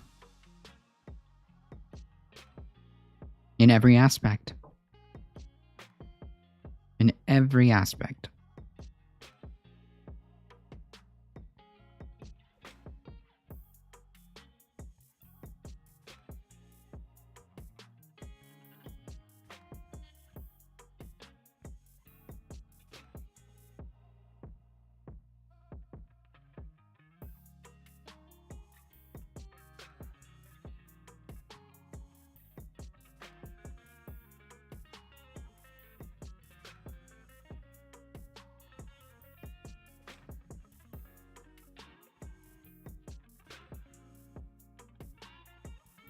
Still nothing on the live map.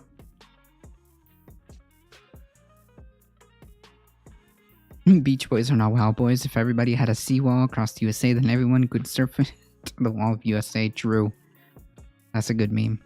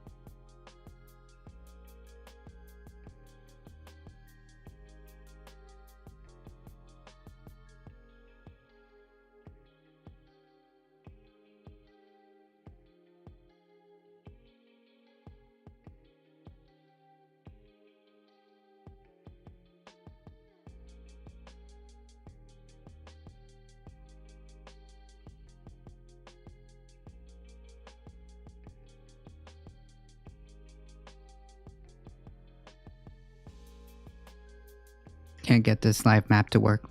That's okay. Anyways. Greenland's ice is melting from the bottom up and far faster than previously thought. The ice sheet covering Greenland is melting rapidly at its base and injecting far more water and ice into the ocean than previously understood. According to research, we could have serious ramifications for global sea level rise. Unprecedented rates of melting have been observed at the bottom of the ice sheet caused by huge quantities of meltwater running through the surface, according to a new study published by the Proceedings of National Academy of Science. As the meltwater falls, its gravitational potential energy is converted into kinetic energy, which ultimately warms the water as it pools at the base of the ice sheet. In that process, a study found that the Greenland ice sheet produces more energy than the world's 10 largest hydroelectric dams combined. Jesus. However, the heat generated by the falling water is not used to generate electricity. Instead, it melts the ice, which is a huge problem. Said Paul Kristofferson, Cambridge University senior scientist who took part of the study, told CNN. During warmer months, meltwater pools into lakes and streams on the surface of the ice sheet. Some of that water drains to the bottom of the ice sheet, falling through cracks and large fractures that form in the ice with the movement and stress. That meltwater contributes to more melting at the bottom of the ice sheet and also behaves as a lubricant that promotes faster flow and increased quantity of ice discharged into the ocean. Yikes. Christensen explained that when researching the melting ice sheet and glacier at their bases, studies tend to focus on external heat sources, but what we hadn't really looked at was the heat generated by the draining meltwater itself. There's a lot of energy stored in that form of water. There's a lot of energy stored in the water that forms on the surface, and when it falls, the energy has to go somewhere. Interesting. Greenland's ice sheet is the second largest in the world and is already the single biggest contributor to global sea level rise.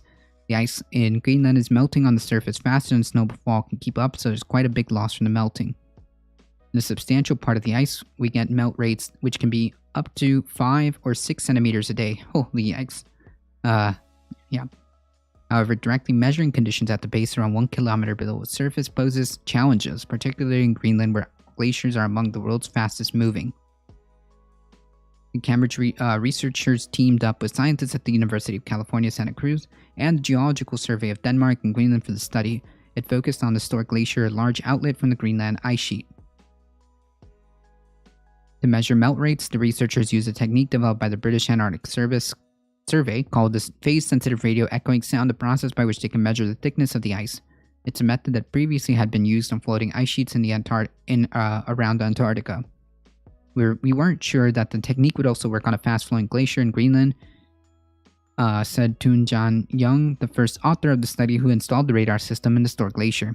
Compared to Antarctica, the ice deforms really fast and there's a lot of meltwater in summer, which complicates the work. Yikes. So basically, ice is continuing to melt at a much faster rate, increasing sea level rise, which as we saw has other domino effects, so on and so forth. All of this is connected. And let's see if we can get some of this.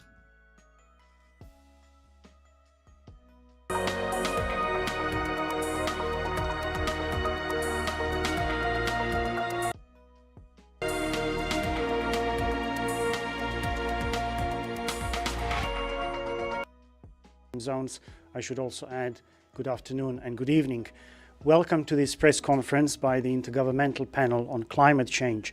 My name is Andrej Mahecic and I'm the head of the IPCC Communications, and I will be moderating today's press conference. Today we are releasing the latest ready for IPCC more last year's report weather? Yeah. on climate change impacts, adaptation and vulnerability.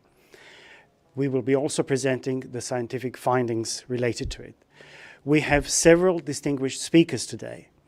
Their brief statements will be followed by the official presentation of the report. I'll start just with a few words about the running of the press conference. The instructions on how to submit questions have already been shared with the IPCC accredited media yesterday and again this morning. When submitting your questions, please do indicate your name, your media organization, and to whom your question is directed to. We will try to accommodate as many questions as possible, but due to high level of media interest, we may simply not be able to address them all. We are scheduled to wrap up this press conference by 1:30 p.m. It is bad Central news. It's European not time. good. Not good at I'm all. pleased now to welcome the Secretary of the Intergovernmental Panel on Climate Change, Mr. Abdallah Moqsit, who will introduce today's speakers. Thank you all for joining us today for the release of this important report. This IPCC report on impacts, adaptation, and vulnerability to climate change follows the report on the physical science basis we launched in August 2021. It also comes before the two last reports which we expect this year. With this report, we will conclude the sixth assessment report of the IPCC, the most intense in the history of IPCC. We have successfully completed the second ever IPCC virtual approval session, and I wish to express my deep appreciation to the scientists working on a voluntary basis, the governments, observers organization, and everyone else who contributed to this report. The IPCC is a unique interface between policy and science, and that's what makes our reports the most credible resource on climate change for decision makers at all levels. I am incredibly honored to welcome and introduce our distinguished guest speakers. First, we will see the video message from the United Nations Secretary General Antonio Guterres.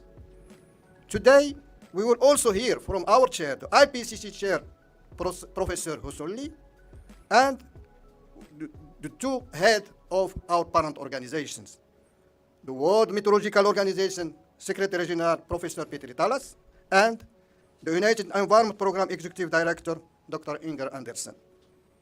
We also have the two co-chairs who led the production of the reports, Dr. Deborah Roberts and Dr. Hans Otto Portner. We will now see the video message from the United Nations Secretary General Antonio Guterres. Dear representatives of the media, I've seen many scientific reports in my time, but nothing like this.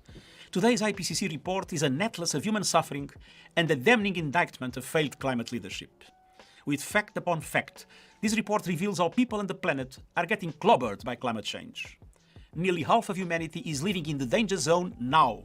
Many ecosystems are at the point of no return now.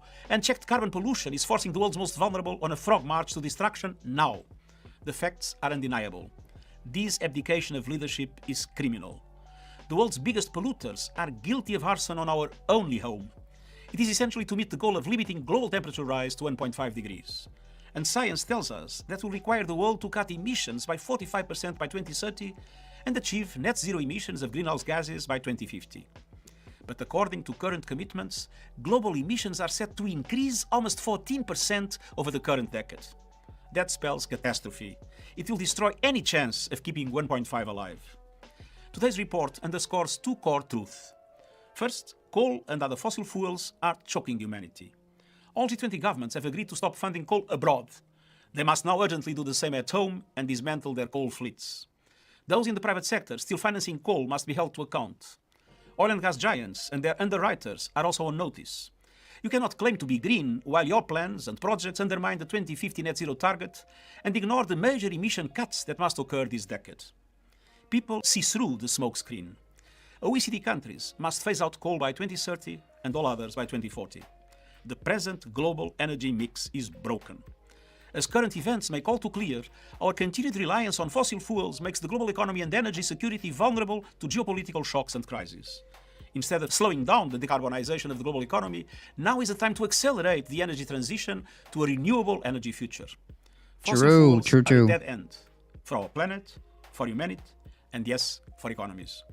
A prompt, well-managed transition to renewables is the only pathway to energy security, universal access, and the green jobs our world needs. I'm calling for developed countries, multilateral development banks, private financiers, and others to form coalitions to help major emerging economies end the use of coal. These targeted mechanisms of support would be over and above existing sustainable development needs. The second core finding from this report is slightly better news. Investments in adaptation work. Adaptation saves lives. As climate impacts worsen, and they will, scaling up investments will be essential for survival. Adaptation and mitigation must be pursued with equal force and urgency. That is why I've been pushing to get the 50% of all climate finance for adaptation. The Glasgow commitment on adaptation funding is not enough to meet the challenges faced by nations on the front lines of the climate crisis. I'm also pressing to remove the obstacles that prevent small island states and least developed countries from getting the finance they desperately need to save lives and And we're livelihoods. promised. We need new eligibility systems to deal with this new reality. Delay means death. I True. take inspiration from all those on the front lines of the climate battle fighting back with solutions. All development banks, multilateral, regional, national, know what needs to be done. Work with governments to design pipelines of Yes, but the problem being is that you have banks who continue to claim that they want to be better about who they finance and stuff like that. But on the other hand, on the other face, they continue at a pretty much steady rate to finance and sustain fossil fuels. I'm calling on corporations to reduce profits. That's against their charter. True. That's not going to happen. It's not going to happen, especially with with this massive, PR campaign, greenwashing campaign that corporations have deployed, including banks, to kind of trying to paint the picture that they're doing something, but they're really not. When you take a more closer look, you realize that they have yet to do anything. bankable adaptation projects and help them find the funding, public and private. And every country must honor the Glasgow Pledge to strengthen national climate plans every year until they are aligned with 1.5 degrees Celsius. It's not going to happen. G20 must lead the way, or humanity will pay an even more tragic price. I know people everywhere are anxious and angry. I am too. Now is the time to turn rage into action. Every fraction of the degree matters. Every voice can make a difference, and every second counts. That is true.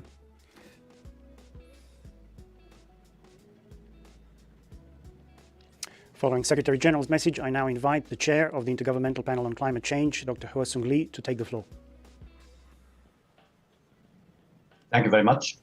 Distinguished representatives of the media, WMO Secretary General Petteri, UNEP Executive Director Anderson. We have just heard a powerful message from the UN Secretary General Antonio Guterres. The findings of the IPCC report we are releasing today are clear. The stakes for our planet have never been higher. Last August, the IPCC's Working Group 1 report showed unequivocally that human activities have warmed the climate at a rate not seen in at least the past 2,000 years. True. We are on course to reaching global warming of 1.5 degrees Celsius within the next 2 decades. And temperature will continue to rise unless the world takes much bolder action. The Working Group 2 report we are releasing today provides the latest understanding of what does this warming means for the people, ecosystems, and the planet. The report is a dire warning about the consequences of inaction. It shows that climate change is a grave and mounting threat to our well-being and a healthy planet. True. It also shows that our action today will shape how people are able to adapt to climate change and how nature responds to increasing climate risks. Severe climate change impacts are already happening. Vulnerable people, those marginalized socially and economically, are the most exposed to climate change impacts and have the least resources to adapt. Today, we also deepen our understanding of solutions to climate change and how adaptation can help us lower risks and reduce vulnerability. These solutions open new opportunities for innovation in our societies and economies. Our collective and individual adaptation can be an effective strategy, but there are limits to how much we and other species can adapt. Beyond certain temperatures, adaptation is no longer possible for some species. Our report is a blueprint for our future on this planet. It recognizes the interdependence of climate, ecosystems, and biodiversity, and people. It integrates natural, ecological, social, and economic sciences more strongly than in earlier IPCC assessments. It provides new knowledge and information at regional levels and focuses on cities where the majority of people live and opportunities for adaptation and mitigation arise. Critically, this report highlights the importance of including and using diverse forms of knowledge, such as indigenous and local knowledge. But most importantly, it emphasizes the urgency of immediate and more ambitious action to address climate risks. Half measures are no longer an action. Thank you. Drew. Thank you, Chair, for these compelling remarks. I now invite the Secretary General of the World Meteorological Organization, Petri Talas, to take the floor. Today we are releasing the second part of the IPCC Sixth Assessment Report. WMO is proud to be the co-hosting and founding organization of IPCC. The Physical Science Basis report was published in August. Today we are talking about already very visible impacts of climate change. The report says that climate change induced by us humans has caused widespread negative impacts to nature, people, beyond the natural climate variability. Altogether, 127 risks have been identified, covering very wide range of sectors like health, agriculture, economy, infrastructure, and ecosystems. Our atmosphere today is on steroids, doped with fossil fuels. This is already leading to stronger, longer, and more frequent extreme weather events. Climate change-induced disasters come with high human and economic impacts. More than 4 in 10 people in the world live in contexts highly vulnerable to climate change. Global hotspots are found in parts of Africa, Southern Asia, small island developing states, and Central and South America. In many of those countries, population growth, urbanization, and unsustainable development practices are boosting the exposure of people and ecosystems to climate change. But all countries are affected, as we have seen in Germany, United States, and Canada last year. It is essential to raise the ambition level of climate mitigation. That would also have a positive impact on air quality and is vital to tackle the looming water crisis and sea level rise. Climate mitigation offers also great business opportunities in many sectors like energy, transport, industry, and nutrition. Besides mitigation, it is more and more critical to pay attention to adaptation, since the negative trend in weather extremes will anyhow continue for the coming decades, and sea level rise for centuries due to the record high concentration of carbon dioxide. One of the powerful ways to adapt is to invest in early warning services. But the basic weather and climate observing networks have severe gaps in Africa and island states. Only half of the 193 members of WMO have proper weather, climate, and hydrological services. This leads to higher human and economic losses. Thank you very much. Thank you, Secretary General Talas, for these important remarks. I now invite Inge Andersen, the Executive Director of UNEP, United Nations Environment Programme, to take the floor. Thank you so much. And to you, Professor Hoo-Seong Lee, to you, Petri, my colleague, of course, to Abdallah Moqsid, Secretary of IPCC, and to the co-chairs, Dr. Deborah Roberts and Dr. Hans Otto Portner, and to the amazing and formidable IPCC scientific community and friends, greetings from Nairobi. We are in the midst of United Nations Environment Assembly, which gathers here to look at environmental issues. And this report comes at a time of great turmoil, when we need strong multilateralism to promote peace and healthy environment. And the message this report sends is clear. Climate change isn't lurking around the corner waiting to pounce. It's already upon us, raining down blows on billions of people. True. We're seeing dangerous disruption across the natural world. Species are migrating in search of more livable conditions. In climate risk hotspots, deaths from floods, droughts, or storms were 15 times higher than those in more resilient countries over the last decade. This is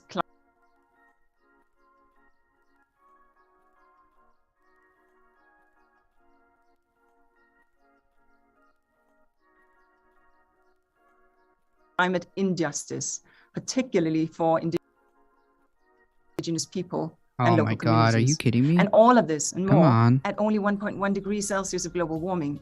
Even Sorry, if we chat. limit global Hold on. warming to and local communities. Thank you very much. Thank you, Secretary General Talas, for these important remarks. I now invite Inge Andersen, the Executive Director of UNEP, United Nations Environment Programme, to take the floor. There we go. Sorry Thank about you that. so much. And to you, Professor Hoo-Seong Lee, to you, Petri, my colleague, of course, to Abdallah Moqsid, Secretary of IPCC, and to the co-chairs, Dr. Deborah Roberts and Dr. Hans Otto Portner, and to the amazing and formidable IPCC scientific community and friends, greetings from Nairobi. We are in the midst of United Nations Environment Assembly, which gathers here to look at environmental issues, and this report comes at a time of great turmoil when we need strong multilateralism to promote peace and healthy environment. And the message this report sends is clear. Climate change isn't lurking around the corner waiting to pounce. It's already upon us, raining down blows on billions of people. We're seeing dangerous disruption across the natural world. Species are migrating in search of more livable conditions. In climate risk hotspots, deaths from floods, droughts, or storms were 15 times higher than those in more resilient countries over the last decade. This is climate injustice, particularly for indigenous people and local communities. And all of this and more at only 1.1 degrees Celsius of global warming. Even if we limit global warming to 1.5 degrees Celsius, the blows will come harder and faster. As things stand, we're heading to closer to 3 degrees Celsius. We are in an emergency heading for a disaster. True. We can't keep taking these hits and treating the wounds. Soon those wounds would be too deep, too catastrophic to heal. We need to soften and slow the blows by cutting greenhouse gas emissions, but we also need to cushion the blows by picking up our efforts to adapt to climate change, which have been too weak for too long. True. The best way to do this is to let nature do the job it spends millions of years perfecting, absorbing and channeling rainwater and surging waves, maintaining biodiversity and balance in the soils so that diverse plants can grow, providing cooling shade under leafy canopies. We need large-scale ecosystem restoration from ocean to mountaintop, including through agreeing to start negotiations on the Global Plastic Pollution Agreement here in Nairobi at the 5th United Nations Environment Assembly. We need to bring nature into baking hot cities to keep them cool. We need to conserve mangroves, coral reefs, and other nature's defenses. We need to protect and restore wetlands for nature and incorporate wetlands into our cities. Backing nature is the best way to adapt to and to slow climate change while providing jobs and boosting economies. We must start dedicating thought and funding to transformational adaptation programs with nature at their heart. Humanity has spent centuries treating nature like its worst enemy. The truth is that nature can be our savior, but only if we save it first. Thank you. Industrial factory farming Thank you, Director is Anderson, for these thoughtful remarks. It does have a We will massive now hear the impact. presentation Lee Spatter, of the you are report's correct. findings from the co-chairs of the Working Group 2, Dr. Deborah Roberts and Dr. Hans Otto Pörtner. Thank you, Andre. It's indeed a great pleasure to welcome the global community to the start of a really important global conversation where I and my fellow co-chair will present the outcomes of 5 years of hard work by the global scientific community. So welcome everyone around the world.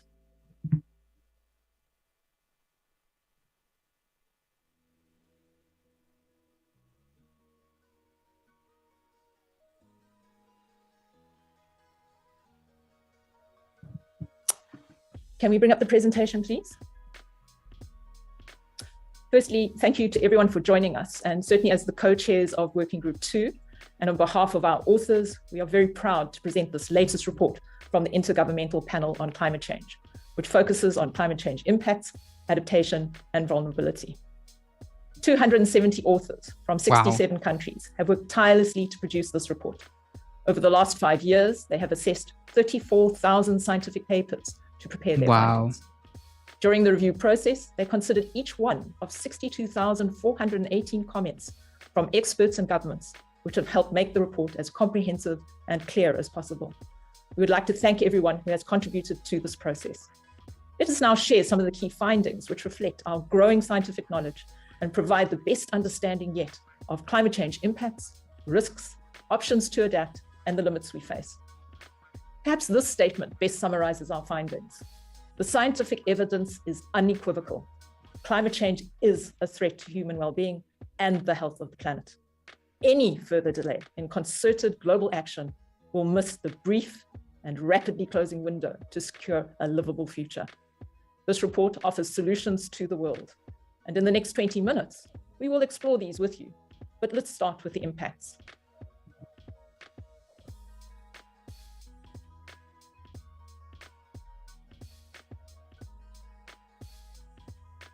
Uh-oh. All right, chat. I think we're almost hitting our limit here.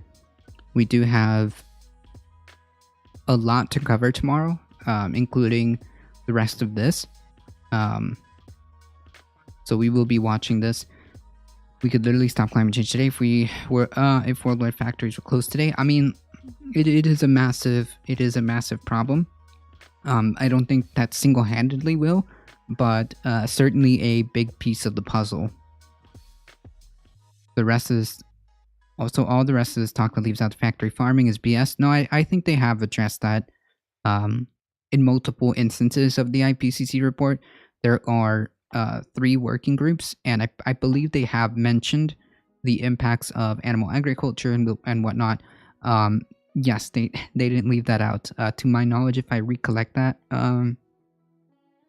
properly, they did mention it. So don't worry, Lee Spanner. I'm pretty sure all of these folks took that into consideration.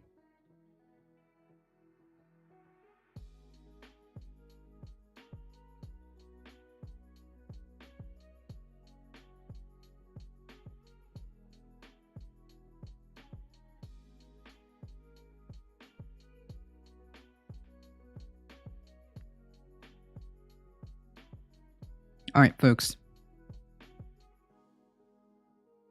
Unfortunately, that is all the time I have today. Thank you guys so much for joining in these rough times. Thank you guys so much for all of your support. You guys are really what makes this channel go. And of course, thank you for all the new follows. Thank you so much, Chai, for the subscription. And folks, if you do enjoy the content, make sure you hit the follow button. It really does help us out. You get 5 free emotes and join us on the YouTubes. You click that like, comment, share, subscribe. It really does help us out. Spread the word far and wide that this is the chillest place to be for news and politics, Monday through Thursday, 9 a.m. Eastern Time. Join us for Saturday Catterdays around noon Eastern Time. Although today was a partial Saturday Catterday, right? We had Makita on stream, so that being said, last update that I was able to pull, it looks like there are still talks happening behind the scenes.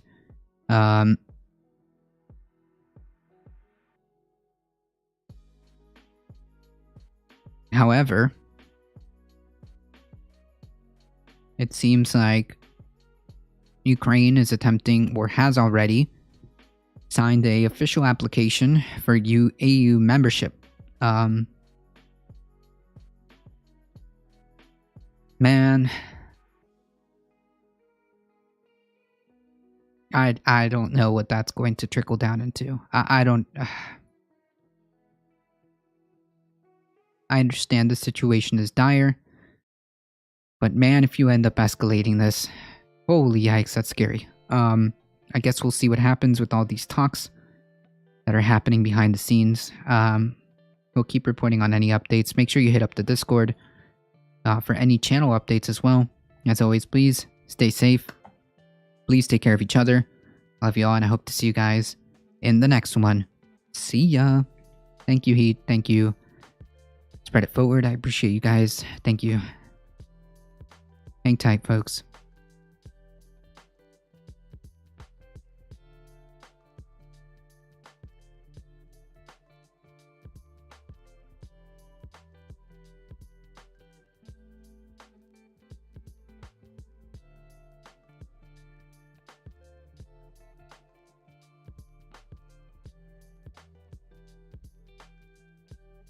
Alright, folks, we're heading out in 5, 4, 3, 2, 1. Here we go.